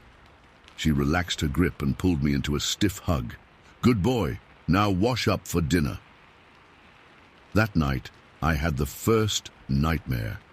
In it, I stood in the ravine while the forest grew dark around me. I couldn't move. From every direction came those footsteps. Crunch, crunch, crunch, getting closer. I couldn't see what made them, but I felt hot breath on the back of my neck. I woke up screaming. Mom came in, looking exhausted. She sat on the edge of my bed but didn't touch me. "It was just a dream," she said flatly. "Go back to sleep." But it wasn't just a dream, and it wasn't just one night. The nightmares continued for months. I'd wake up drenched in sweat, sometimes still screaming. After a while, Mum stopped coming to my room when it happened. School became difficult. I couldn't focus. Dark circles formed under my eyes from lack of sleep. My grades slipped. My teacher, Mrs. Burnett, called Mom in for a conference. "Ethan seems distracted," she told Mom. "Is everything okay at home?" "Everything's fine," Mom said quickly. "He's just going through a phase." That phase lasted all through 7th grade. I jumped at loud noises. I refused to go into the woods behind our house. I kept the curtains closed in my bedroom at night. Despite my promise to Mom, I did tell a few people. My best friend, Danny Marshall, listened wide-eyed as I whispered the story to him during lunch one day. "You saw Bigfoot?" he asked, too loudly. "Shh," I hissed. "I don't know what it was, but it wasn't a bear." Danny looked skeptical. "My cousin watches this show about monsters and stuff. He says people see Bigfoot all over the place." I frowned. "What's Bigfoot?" This was 1972, before Bigfoot became a household name, before those famous film clips and TV specials. I'd never heard the term. Danny shrugged. "Some giant ape-man thing that lives in the woods. My cousin says it's all made up, though."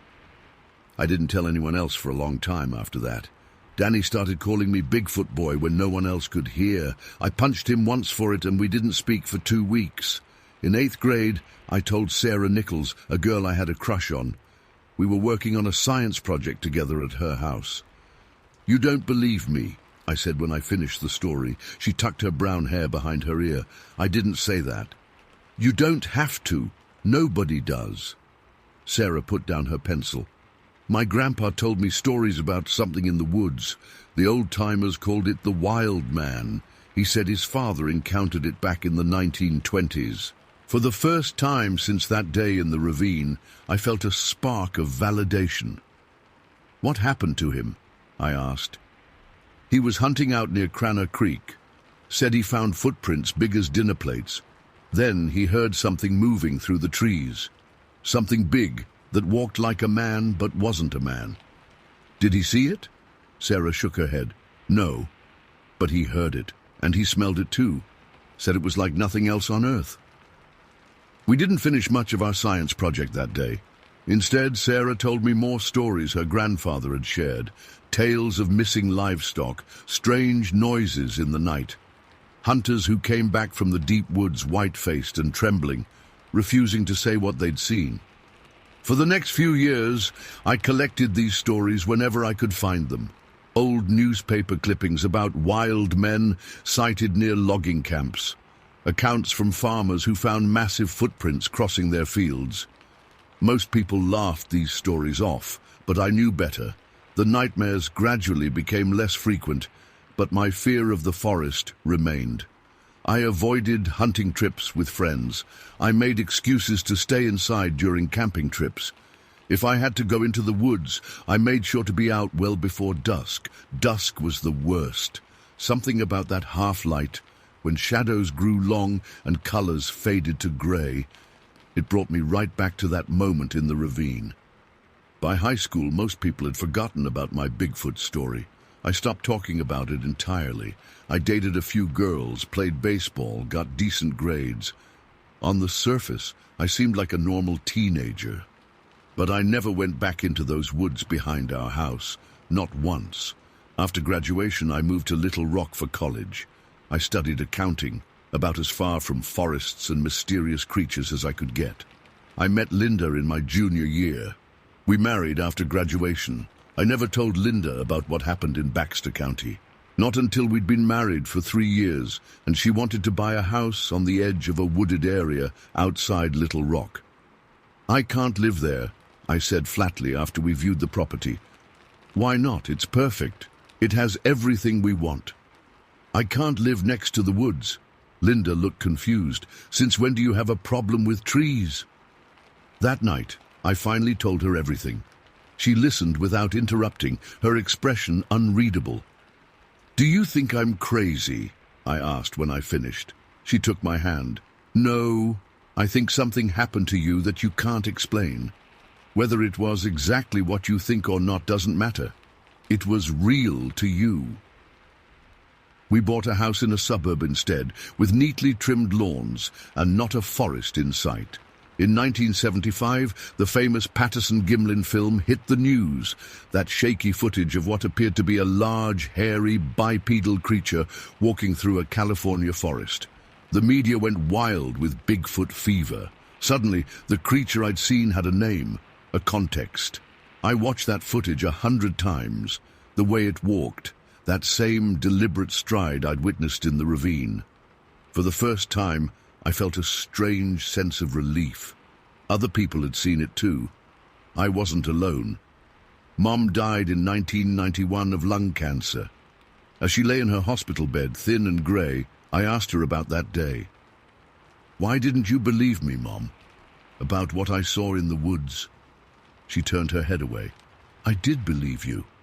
I stared at her. "What?" "I believed you." Her voice was barely audible. "Your father saw it too back in '65, before you were old enough to remember." My mouth fell open. "Dad saw it? Why didn't you ever tell me?" Mom closed her eyes. "He became obsessed, spent every waking moment in those woods trying to find it again, taking pictures of tracks, setting up cameras. It consumed him." "Is that why he left us?" She nodded slightly. "He chose that thing over us, over you. I couldn't let the same thing happen to you." Mom died the next day. I never got to ask her more about Dad's encounter. I'm 63 now. I still live in that suburban house with Linda.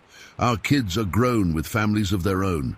I've had a good life, quiet, normal, predictable. But I've never forgotten what I saw that day in Baxter County. I still have nightmares sometimes, though they're less frequent now. I still can't go into dense forests, especially as the sun starts to set. Last summer, our grandson Tyler, who's 11, asked me why I never go camping with the family. Linda glanced at me across the dinner table. I saw the question in her eyes. Was it time to tell someone else?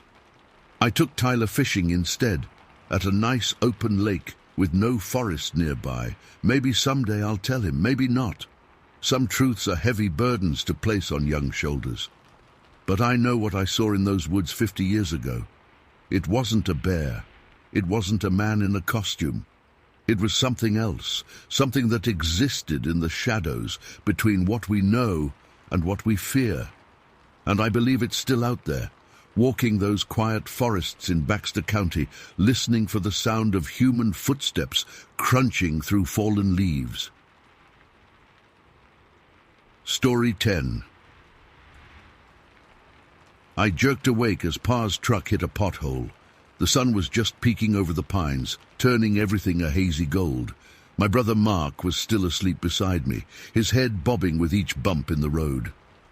We were in the bed of Pa's '69 Ford pickup, wrapped in our old flannel blankets against the June morning chill.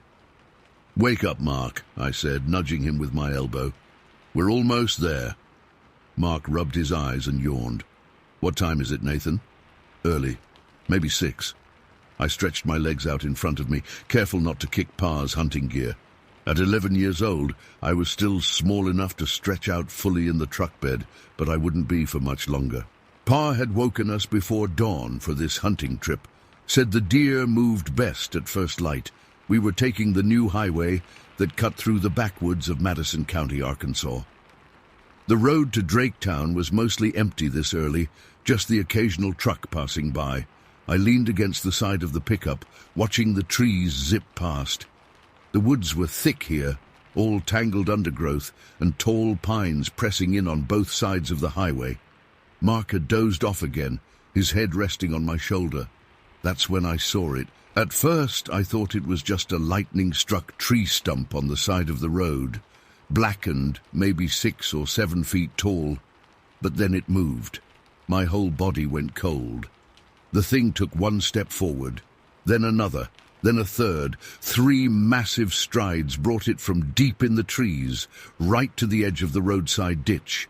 It moved fast, too fast for something that big. "Mark," I whispered, shaking him hard. "Mark, wake up!" "What?" he mumbled, then followed my pointing finger. The creature crossed the two-lane highway in a single bound, clearing both lanes in one jump.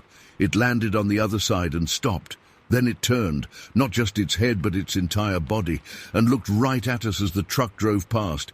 It was huge, taller than Pa, wider too, covered in dark brown fur that looked matted and rough. There was a greyish patch on its chest, lighter than the rest of it. Its arms hung down past its knees, ending in hands that looked too big even for a body that size. But it was the eyes that scared me most. Red. Not brown, not amber, but red, like they were glowing in the dim morning light. "Nathan!" Mark's voice was barely audible over the truck's engine. "What is that?" I couldn't answer. My mouth had gone dry. The thing watched us pass, standing completely still, except for its head that turned to follow our movement. It didn't make a sound, just stared with those red eyes. Once it was behind us, panic hit me hard. I scrambled to the back window of the truck cab and started pounding on it. Pa, stop the truck!" Mark joined me, and we both started hitting the window and the roof. Pa couldn't hear us over the engine, so I reached for the horn mounted on the side of the truck bed, a special horn Pa had installed so we could signal him while hunting. I pressed it repeatedly. Honk, honk, honk, honk! The truck slowed, then pulled onto the shoulder. Pa climbed out, his face tight with anger.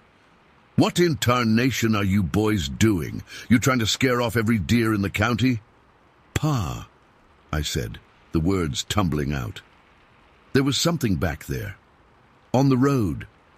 It wasn't a deer or a bear. It was big, Pa. Really big. "It jumped across the whole road in one step," Mark added, his voice shaking. Pa looked back down the highway, then at us. His expression softened a bit. "Where was this thing?" "Back there," I pointed. "Maybe half a mile. It crossed the road and went into the woods on the other side." Pa ran a hand through his thinning hair. "Was it a bear? Could have been a bear standing up." I shook my head hard. "No, sir, it wasn't a bear. It was walking on two legs the whole time. And it had these eyes—" I couldn't finish the sentence. "Red eyes," Mark said quietly, "like they were glowing." Pa looked at us for a long moment, then said, "Wait here. Don't get out of the truck." He walked back to the edge of the road and stared into the woods. The morning was getting brighter now, but the forest still looked dark between the trees. Pa stood there for maybe 5 minutes, just looking and listening. When he came back, his face was different, serious in a way I hadn't seen before. "Did you hear anything, Pa?" I asked. He nodded slowly. "Something's moving in there, all right. Breaking branches. Big ones." He looked at us. "You boys sure it wasn't a bear?" "It wasn't a bear," Mark said firmly. "Bears don't have arms that long, and they don't jump across highways." Pa got back in the truck without another word. He started the engine, made a U-turn, and headed back toward Georgetown. "We ain't hunting today?" I asked through the back window. Pa shook his head. "Not here. We'll try the South Ridge next weekend." We never went back to that spot again. The ride home was quiet. Pa didn't ask us any more questions, and Mark and I just sat huddled together in the truck bed. I kept looking back, half expecting to see that thing bounding down the highway after us. When we got home, Ma was surprised to see us back so early. "What happened?" she asked, as we trudged into the kitchen. "You boys catch anything?" "They wasn't biting today," Pa said, hanging his hat on the hook by the door. It was what he always said when hunting went bad, even though we were after deer, not fish. Later, when Pa was out in the shed, I told Ma what we'd seen. She listened, nodding at all the right parts, but I could tell she didn't believe us. "You've got quite the imagination, Nathan Thompson," she said, ruffling my hair. "Both of you do." "But Ma, we really saw it," Mark protested. "I'm sure you saw something, sweetie. Probably a bear or maybe a deer that looked strange in the early light." It wasn't a deer or a bear, I insisted. Pa heard it too. Ma just smiled, that smile parents use when they're humoring you. Why don't you boys wash up for breakfast? That night I couldn't sleep. Every time I closed my eyes, I saw those red ones staring back at me. I crept across the room to Mark's bed. You awake? I whispered. Yeah, he said. Can't sleep. Me neither. I sat on the edge of his bed. What do you think it was? Mark was quiet for so long I thought he might have fallen asleep after all. Finally he said, I think it was something that ain't supposed to exist. The next day at school, I couldn't focus on anything. Mrs. Henley called on me twice in math class, and both times I had no idea what the question was. During lunch, I told my best friend Bobby Walker what we'd seen. Sounds like a Bigfoot, he said through a mouthful of sandwich. A what? Bigfoot. You know, like the Patterson film. My cousin showed it to me. It's this big, hairy man-ape thing that lives in the woods. Bobby took another bite. My uncle says they're all over the Ozarks. This wasn't a man, I said firmly. And it wasn't an ape either. It was something else. Bobby just shrugged. Sounds like a Bigfoot to me. After school, I went to the Georgetown Public Library and asked Mrs. Winters if they had any books about monsters in Arkansas. She gave me a funny look, but directed me to a small shelf in the back labeled Local History. There wasn't much, just a few thin books about ghost stories and folk tales, nothing about giant fur-covered creatures with red eyes. I was about to give up when I noticed a folder tucked between two books. It was labeled Draketown Chronicles, Local Reports. Inside were newspaper clippings, mostly from the 40s and 50s. I flipped through them until one headline caught my eye. Draketown man claims gorilla sighting in woods. The article was from 1949. A man named Elmer Drake, the same Drake the town was named after, had reported seeing what he thought was an escaped gorilla in the woods near Georgetown. The article quoted him saying it was over 6 feet tall, covered in dark hair with unnaturally long arms. The reporter had clearly not believed him, ending the piece with, Mr. Drake's gorilla joins the pantheon of imaginary creatures supposedly lurking in our Arkansas woodlands. My hands were shaking as I put the folder back. I ran all the way home. Mark was in our room, drawing at his desk. I burst in, out of breath. Someone else saw it, I said between gasps. Back in the 40s, a man named Drake saw the same thing we did. Mark's pencil stopped moving. How do you know it was the same thing? He described it the same way. Tall, dark hair, long arms. He thought it was a gorilla. Mark went back to his drawing. I walked over and saw he was sketching the creature. He'd captured the broad shoulders, the long arms, even the grey patch on its chest. But the eyes, he'd made them too small, too normal. The eyes were bigger, I said, and redder. Mark nodded and erased what he'd drawn, starting over on the face. That night at dinner, Pa was quieter than usual. After Ma had cleared the plates and Mark had gone to help her with dishes, Pa motioned for me to stay at the table. I want you to know something, Nathan, he said, keeping his voice low. What you and Mark saw yesterday, I believe you saw something. My heart hammered in my chest. You do? Pa nodded slowly. I've spent my whole life in these woods, hunted every hollow and ridge from here to the Missouri line. And there's things out there that... He paused, choosing his words carefully. There's things out there that don't have names. Things most folks never see. Did you see it, Pa? When you got out of the truck? He shook his head. No, but I heard it. Whatever was moving through those trees was big. Too big for a bear, and moving all wrong for a deer, and there was a smell. What kind of smell? Like wet fur and something else. Something wrong. Pa looked at me hard. I don't want you or Mark talking about this in town. People will think you're making things up or playing pranks. Just keep it between us, you understand? I nodded. Yes, sir. Pa stood up. "Good. Now go help your mother with those dishes." As I walked to the kitchen, I felt both relieved and terrified. Pa believed us. He knew we'd seen something real, but that meant the thing with the red eyes was real too. The next few weeks, I couldn't shake the feeling of being watched whenever I was outside. I stopped taking the shortcut through the woods to school. Mark wouldn't even go into our backyard alone if it was getting dark. I tried to forget about what we'd seen, but I couldn't.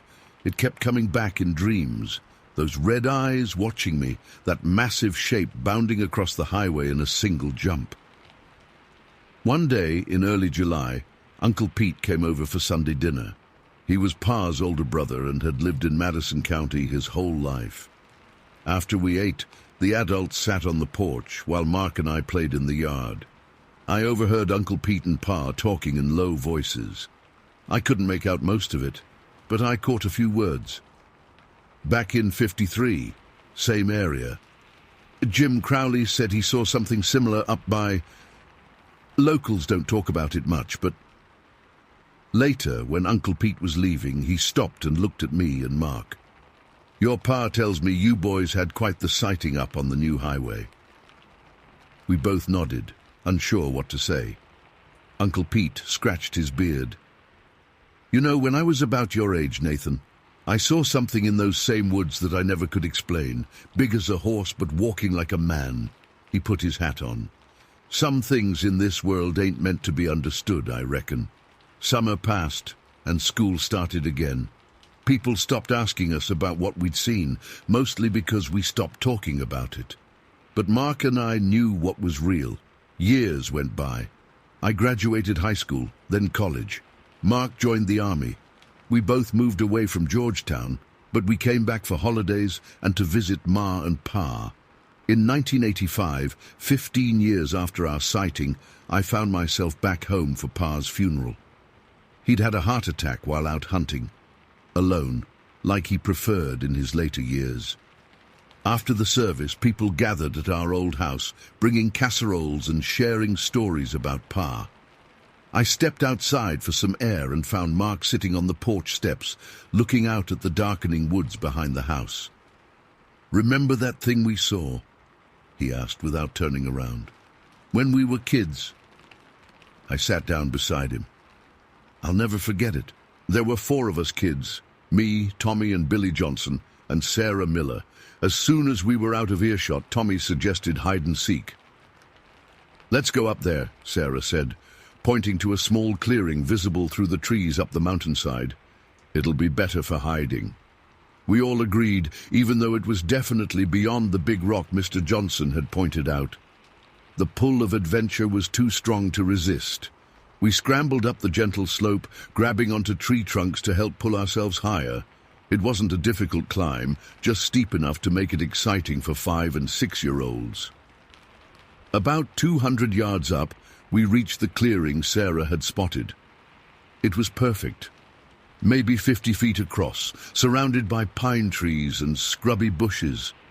The ground was relatively flat and covered with pine needles and small wildflowers. "I'll be it first," Tommy announced, covering his eyes against a tree trunk. 1, 2, 3, we scattered. Sarah darted into the trees to the east. Billy found a hollow behind a fallen log. I ran toward the western edge of the clearing, where I spotted a small mound that looked promising. The mound was about 3 feet high, covered with dried pine needles and surrounded by scrub brush. Perfect. I circled around behind it, breathing hard from running. The pine scent was stronger here, mixed with the earthy smell of soil and decaying plant matter. I dropped to my knees and scrambled around to the far side of the mound, putting it between me and Tommy. That's when it hit me. A feeling so intense and sudden that my entire body went rigid. Someone was watching me. Not Tommy or the other kids, something else. The hair on my arms stood up, and a cold sensation washed down my back despite the warm spring day. I turned my head slowly to the right, toward the trees that edged the clearing. There it stood, not 30 feet away from me, a massive shape partially hidden beside a large pine tree. And I can still smell the pine trees, still feel the crunch of dried needles under my sneakers. Still remember how the spring sunshine felt warm on my skin that day in 1962. I was 5 years old, and that afternoon changed everything for me. My name is Daniel Harris. My dad was stationed at Hill Air Force Base in Utah, and most of my childhood memories revolve around military life. Moving from base to base, making friends with other military kids, then saying goodbye when someone got reassigned, but that spring day in Weber County is burned into my memory unlike anything else. It started like any other weekend outing. Dad had the day off, and we'd planned a picnic with the Johnsons and the Millers, 2 other Air Force families from the base. Dad packed our old blue Chevy with a cooler full of sandwiches, potato salad, and bottles of Coca-Cola. Mum brought a blanket and her camera. I remember being excited because the Johnsons had 2 boys close to my age, and the Millers had a daughter who was a year older than me. We drove about 40 minutes from our housing unit, winding up into the mountains of Weber County. The roads got narrower and bumpier as we climbed higher. Mom kept pointing out wildflowers through the window, trying to get me interested, but all I cared about was getting to play with the other kids. We finally parked in a small dirt clearing where 3 or 4 other cars could fit. From there, we hiked about 10 minutes to a flat area with a few wooden picnic tables. The grown-ups immediately started unpacking food and setting up, while us kids fidgeted impatiently. "Can we go play now?" Tommy Johnson asked his dad after helping carry the cooler from their car. Mr. Johnson looked around at the forest surrounding us. "Stay where we can hear you," he said, pointing to his ear, "and no going past that big rock over there." We all nodded eagerly, already backing away from the tables. "I saw it again," Mark said quietly, 3 years ago when I was home on leave, driving back from Little Rock late at night. Same place, same thing. Still had those eyes." A chill ran through me. "Did you tell anyone?" He shook his head. "Who'd believe me? But it was real, Nathan, just as real as it was when we were kids."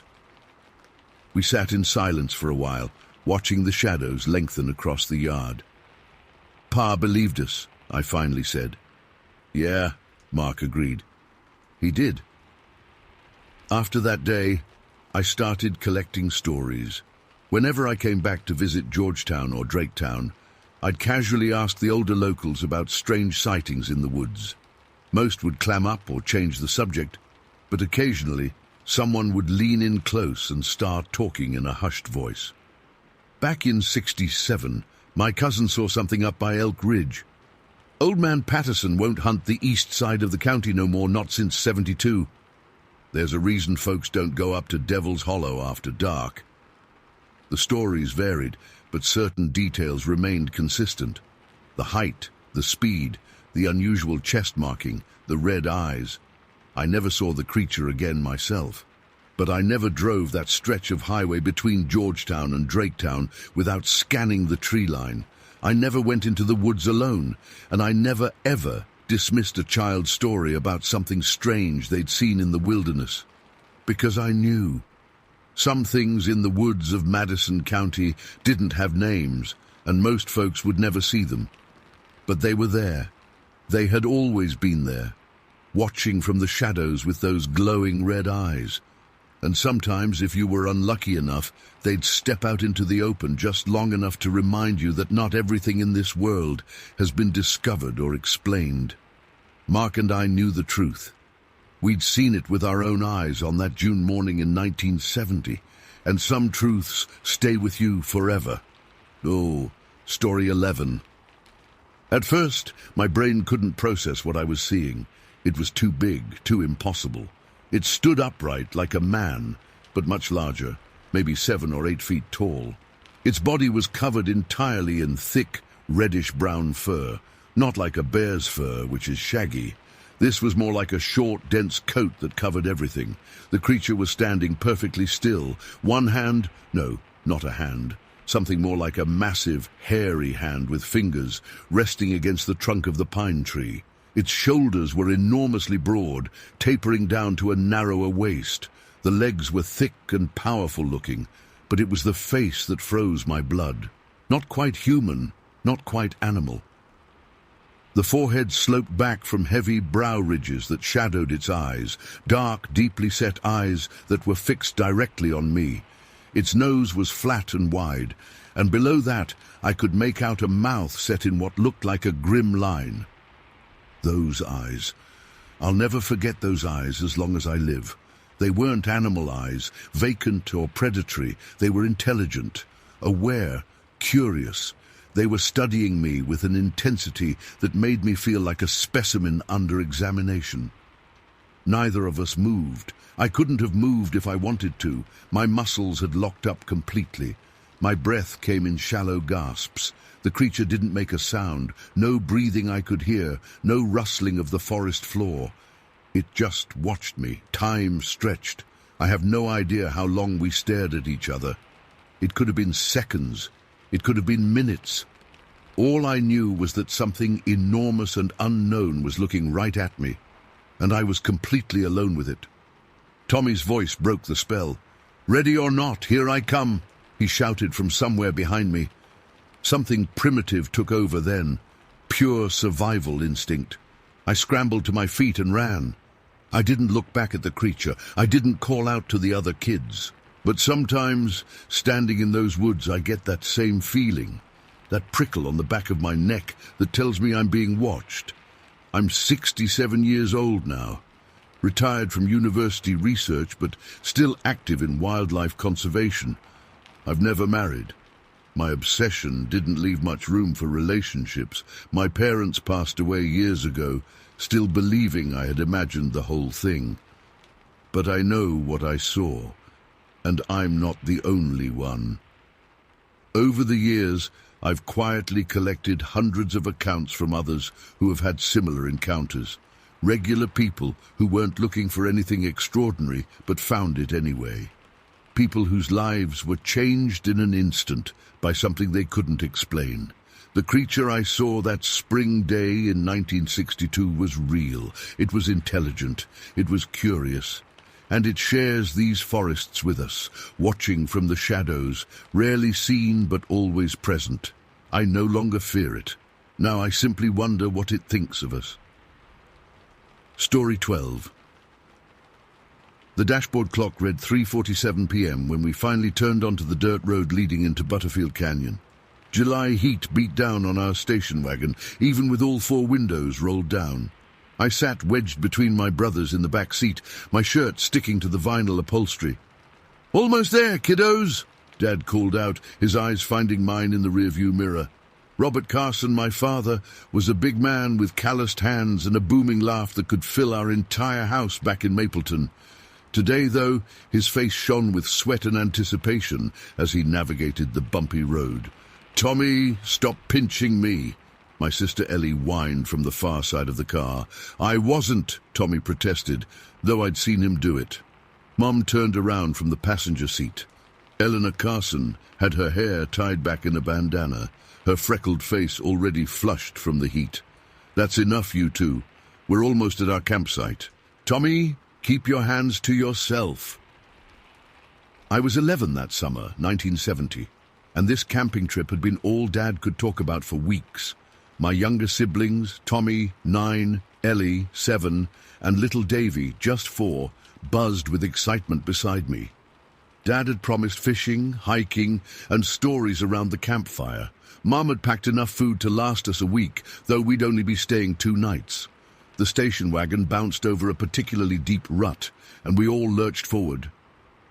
"Sorry about that," Dad muttered, slowing down. "These Forest Service roads aren't exactly highways." 20 minutes later, we pulled into a small clearing alongside a creek. Tall pines surrounded us on 3 sides, with the bubbling water completing the natural boundary of our campsite. The mountains loomed above, dark and imposing against the bright blue sky. "Here we are," Dad announced, killing the engine. "Carson family wilderness adventure begins now." We piled out of the car, legs stiff from the 3-hour drive from Mapleton. The air smelled of pine sap and dried dirt. Davy immediately ran toward the creek, but Mom caught him by the overall straps. "Hold on there, partner. We need to set up camp first." Dad popped the trunk and began unloading our gear. "Tommy, Mark, come help with the tent. Ellie, you and Mum can start unpacking the food box." The big canvas tent was a green monster that Dad had bought at an army surplus store. It took all four of us, Dad, Tommy, me, and even Mom, to get it set up properly. By the time we hammered in the last stake, sweat dripped down my back, and the sun had begun its descent behind the mountain peaks. "Who's hungry?" Mom called out, setting up the portable camp stove on the wooden picnic table we'd found near our site. We ate hot dogs and beans as the daylight faded. Dad told stories about camping in these mountains when he was a boy, back before the war. I watched sparks from our campfire spiral upward into the darkening sky.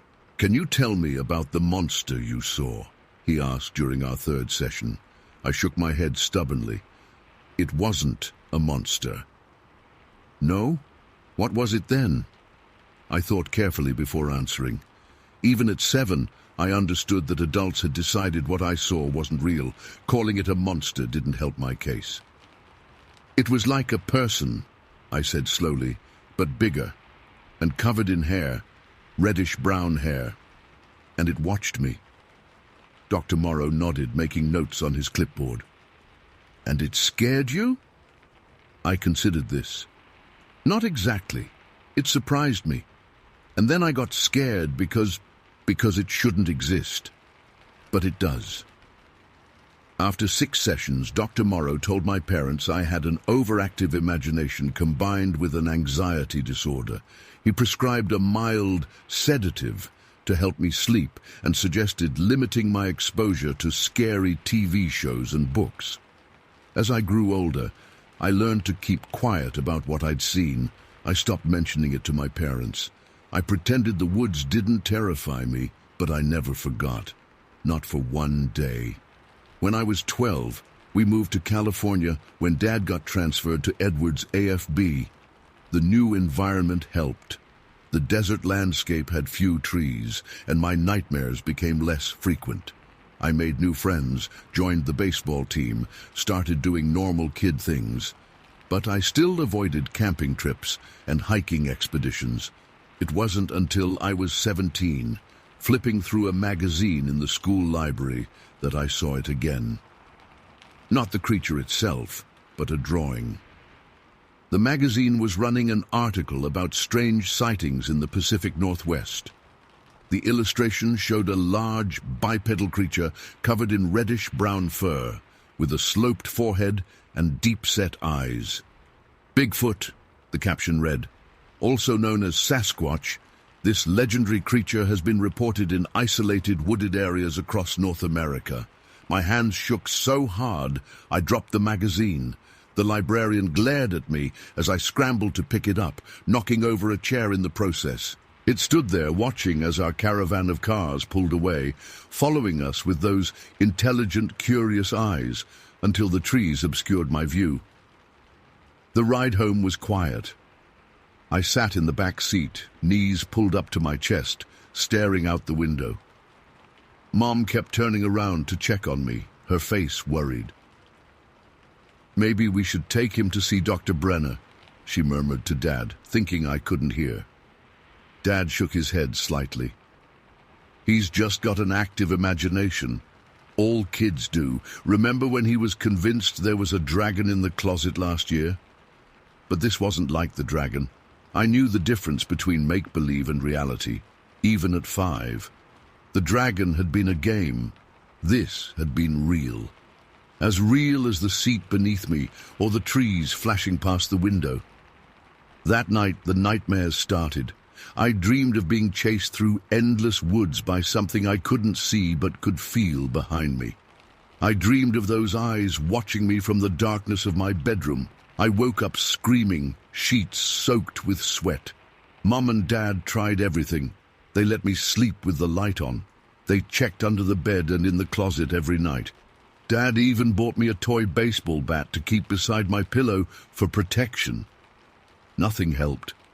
The worst part was going anywhere near the woods. We had a small wooded area behind our housing unit on base, and I refused to play there anymore. When we drove past forests, I would duck down in my seat or cover my eyes. School field trips to nature areas became torture sessions. I'd grip my teacher's hand and refuse to leave the bus.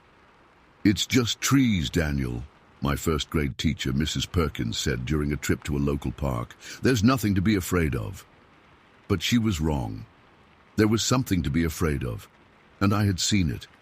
My parents took me to a child psychologist when I was 7.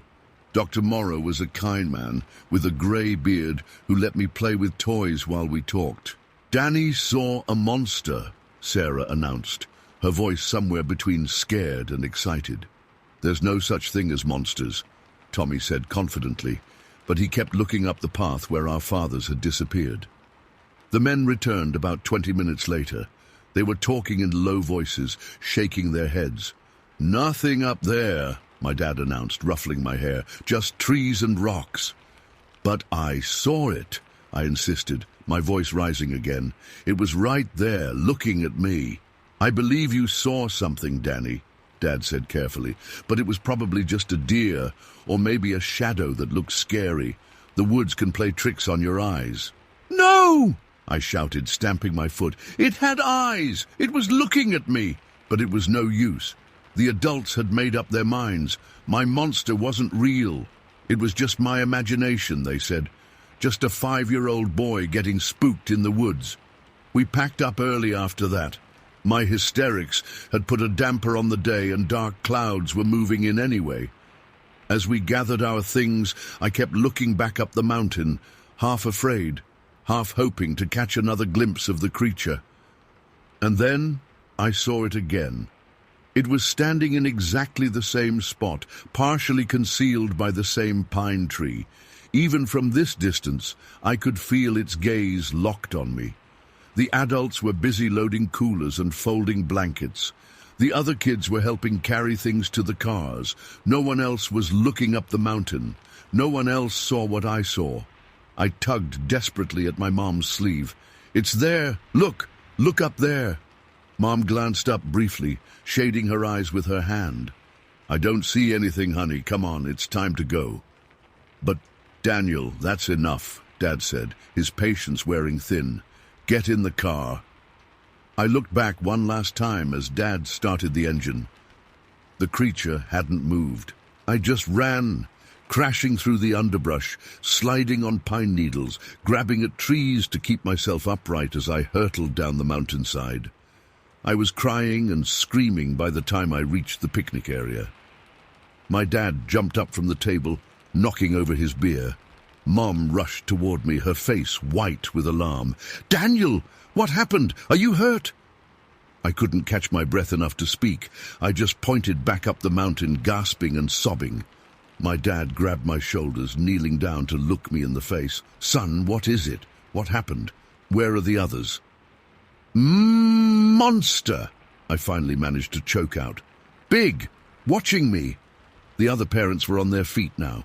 Mrs. Miller called out Sarah's name. Mr. Johnson was already heading toward the path we'd taken up the mountain. "It was watching me," I insisted, grabbing my dad's shirt.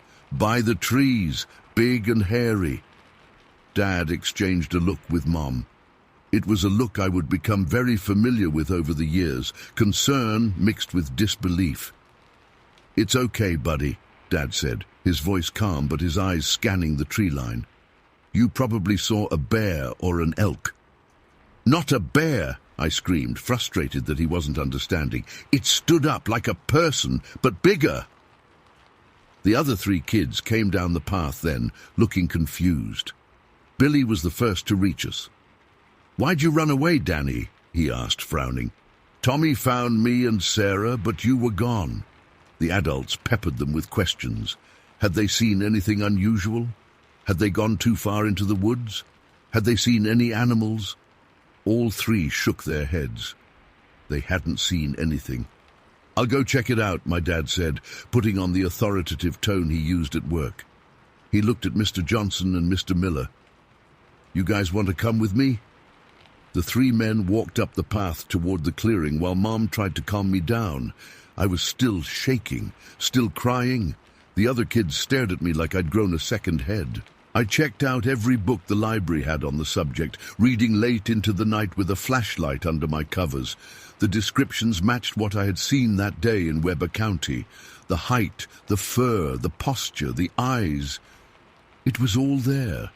I wasn't crazy. I hadn't imagined it. What I had seen had a name. After high school, I went to college at UC Davis, studying wildlife biology. My parents were surprised by my choice, given my history with the outdoors, but supportive. What they didn't know was that I had a mission. I wanted to understand what I had seen that day. I wanted proof. During summer breaks, I took jobs with forestry services and wildlife research teams. I spent time in the field, gradually forcing myself to overcome my fear of the woods. It wasn't easy. The first time I camped overnight in a forest, I didn't sleep at all, sitting upright in my tent with a flashlight and a knife, listening to every sound outside the thin nylon walls. But over time, something changed. My fear transformed into respect, a deep, fundamental respect for wilderness and its secrets. I came to understand that the forests weren't threatening places. They were simply home to things we didn't fully understand yet. I never told my colleagues about my encounter. I didn't want to be labeled a kook or a Bigfoot hunter. I approached my work with scientific rigor, studying known species, collecting data, publishing papers on bear migration patterns and wolfpack behaviors. But always, in the back of my mind, I was looking for signs of something else, something that science hadn't officially recognized yet. Over the decades, I've returned to that spot in Weber County 17 times. The area has changed.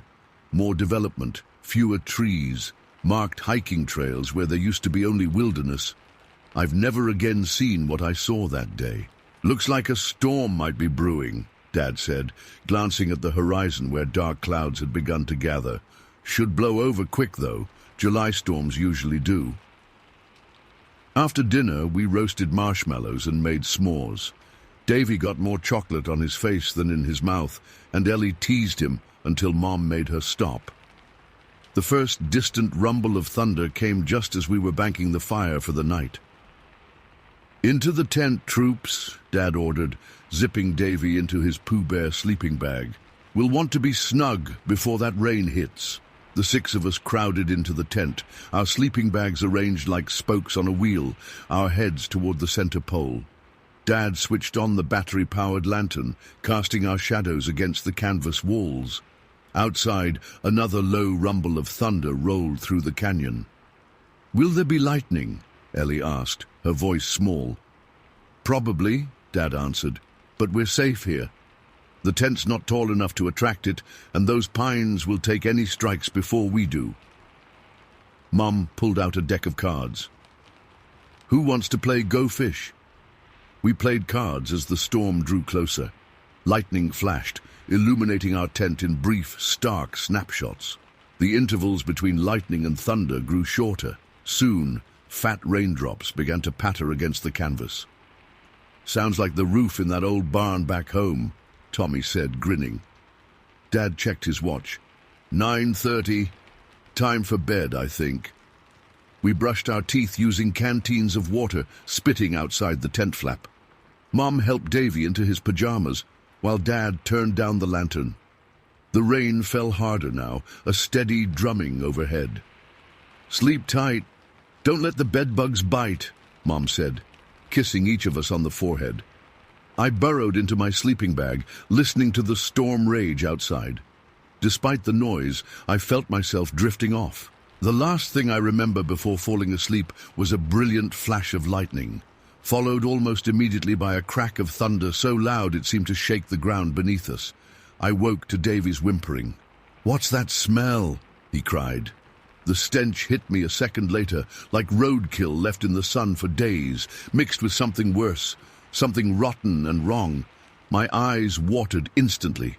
Beside me, Tommy gagged. "Dad?" I whispered, sitting up in my sleeping bag.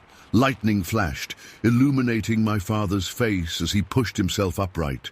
His expression made my stomach knot. I'd never seen him look scared before. "Everyone stay quiet," he said, his voice barely audible over the rain. "Eleanor, keep the children together."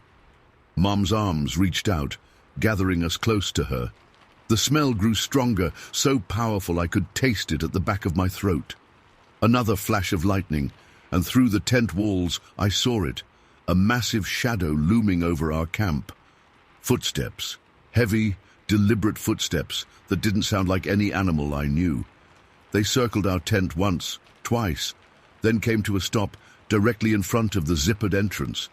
And then it screamed. I've heard coyotes howl and mountain lions shriek, but this was different. It started low, almost like a human moan, then rose to a pitch that vibrated through my bones. The sound tore through the night, drowning out even the thunder. Ellie began to sob, her face pressed against Mom's nightgown. Tommy had gone rigid beside me, his eyes wide and unblinking. Dad reached for the hunting knife he kept in his boot.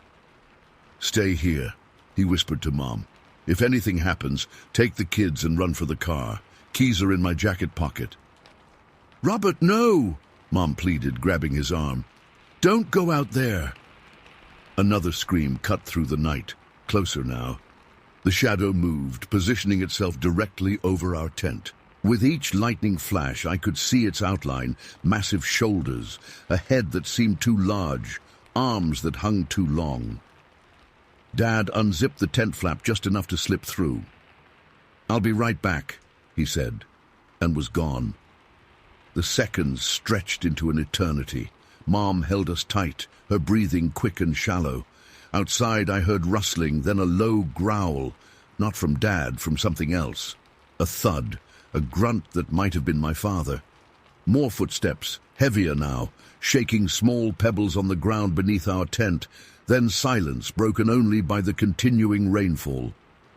The tent flap unzipped and Dad crawled back inside. Even in the dim light, I could see his face had drained of all color. His hand shook as he zipped the tent closed behind him, then positioned himself directly in front of the entrance. "Dad," I whispered. "Everyone try to sleep," he said, his voice different somehow, smaller. "I'll keep watch." "What was it?" Tommy asked. "Just a bear," Dad answered too quickly. "It's gone now." But I knew it wasn't a bear. Bears don't stand 9 feet tall. Bears don't scream like that. And bears don't make my father, the bravest man I knew, look like he'd seen the devil himself. None of us slept. We huddled together, listening to the rain slow to a drizzle, and then stop altogether. Dad remained seated by the tent entrance, knife in hand, until the first grey light of dawn filtered through the canvas. "We're leaving," he announced, standing up. "Pack only what you need. Leave the rest." Mom opened her mouth as if to argue, then closed it when she saw his face. "You heard your father," she said to us. "Quick now." We dressed hurriedly, stuffing sleeping bags into their sacks without rolling them properly. Dad dismantled the tent in record time, not bothering to clean off the mud. The campfire pit from the night before had filled with rainwater, black ashes floating on the surface. As Dad loaded the car, I noticed him scanning the tree line constantly. His knuckles had gone white around the tent poles. When Tommy wandered toward the creek to fill his canteen, Dad barked at him so sharply that my brother froze in place. "Get in the car, now!" We left most of our cooking gear behind. The folding chairs stayed where they were. Even Ellie's favorite stuffed bear nearly got forgotten until she started crying, and Mom ran back to grab it from beneath the picnic table. By 6:15 a.m., we were bumping back down the dirt road, our campsite disappearing behind us. No one spoke. Even Davy, usually full of questions, sat silently on Mom's lap in the front seat. It wasn't until we reached the paved highway that Tommy finally asked, "Dad, what happened last night?" "Like I said, just a bear," Dad replied, his eyes fixed on the road ahead. "Big one, too. Lucky it decided to wander off." "That wasn't no bear," Tommy insisted. "Bears don't—" Enough! Dad's voice cracked like a whip. It was a bear, and that's the end of it. We drove home in silence. When we pulled into our driveway in Mapleton, Mom herded us inside while Dad unloaded the car. I watched from my bedroom window as he took out the tent, stared at it for a long moment, then threw it directly into the trash can at the side of the house. That night, I woke to the sound of hushed voices.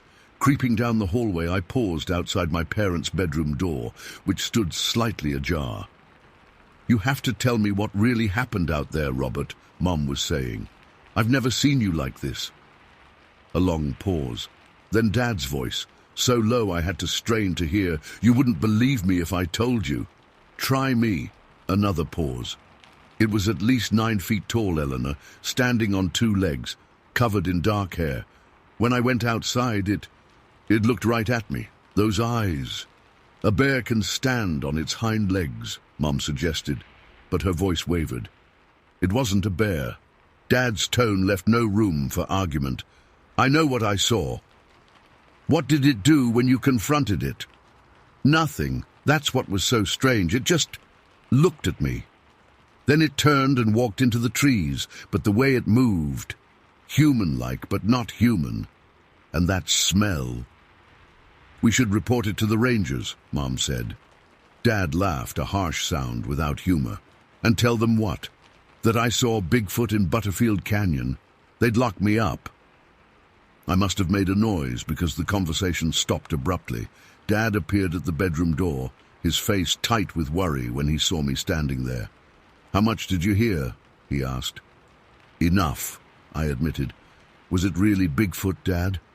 He knelt down to my level, placing his hands on my shoulders. "Mark, listen to me.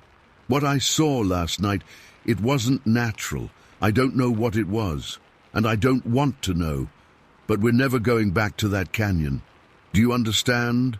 I nodded, unable to find my voice. "And don't tell your brothers or sister what you heard. They're scared enough as it is. Promise me." "I promise, Dad." He pulled me into a tight hug, his heart hammering against my ear. "Good boy. Now go back to bed." I kept my promise. For years, we never spoke of that night in Butterfield Canyon. Dad refused to go camping anywhere in Utah after that. When friends invited us, he always had an excuse ready. The camping gear disappeared from our garage, replaced by fishing equipment for day trips only.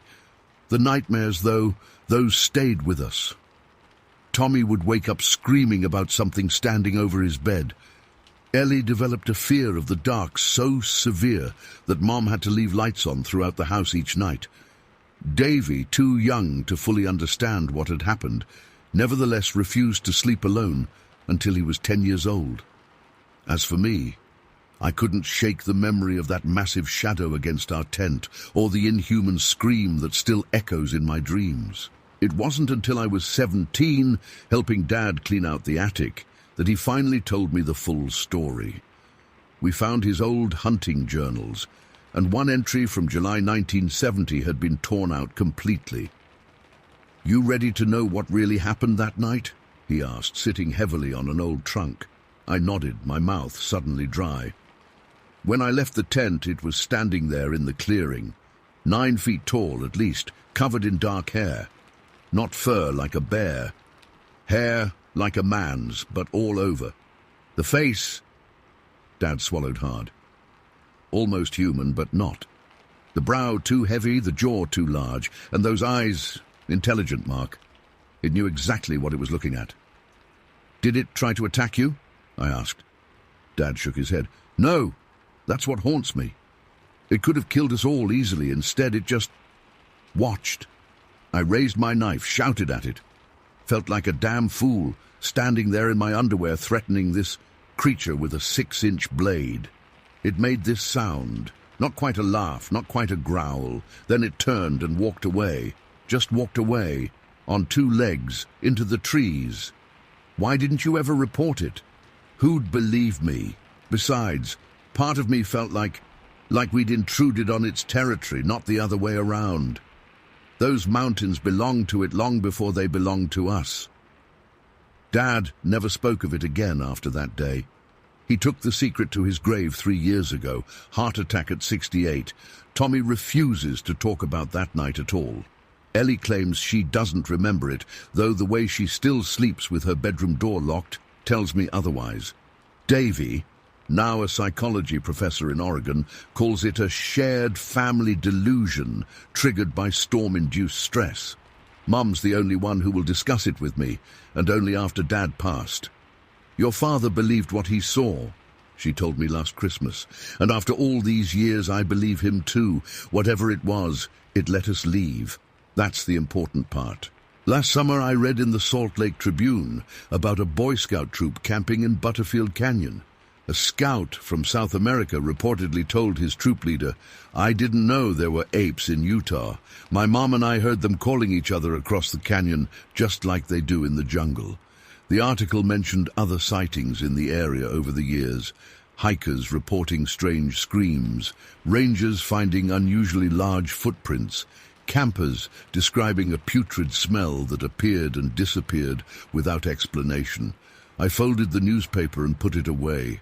Some nights, when the wind howls around my house and rain patters on the roof, I find myself back in that tent, a terrified 11-year-old boy watching a massive shadow loom above. I think about what Dad said, about territory and belonging, about mountains that existed long before humans carved roads into their slopes. I've never returned to Butterfield Canyon, never will. Some places should be left alone, some creatures left undisturbed. That's what Dad understood, standing in the rain that night in July 1970, face to face with something science says doesn't exist. But I know better. And on stormy nights, I make sure my doors are locked, my windows secure, just in case.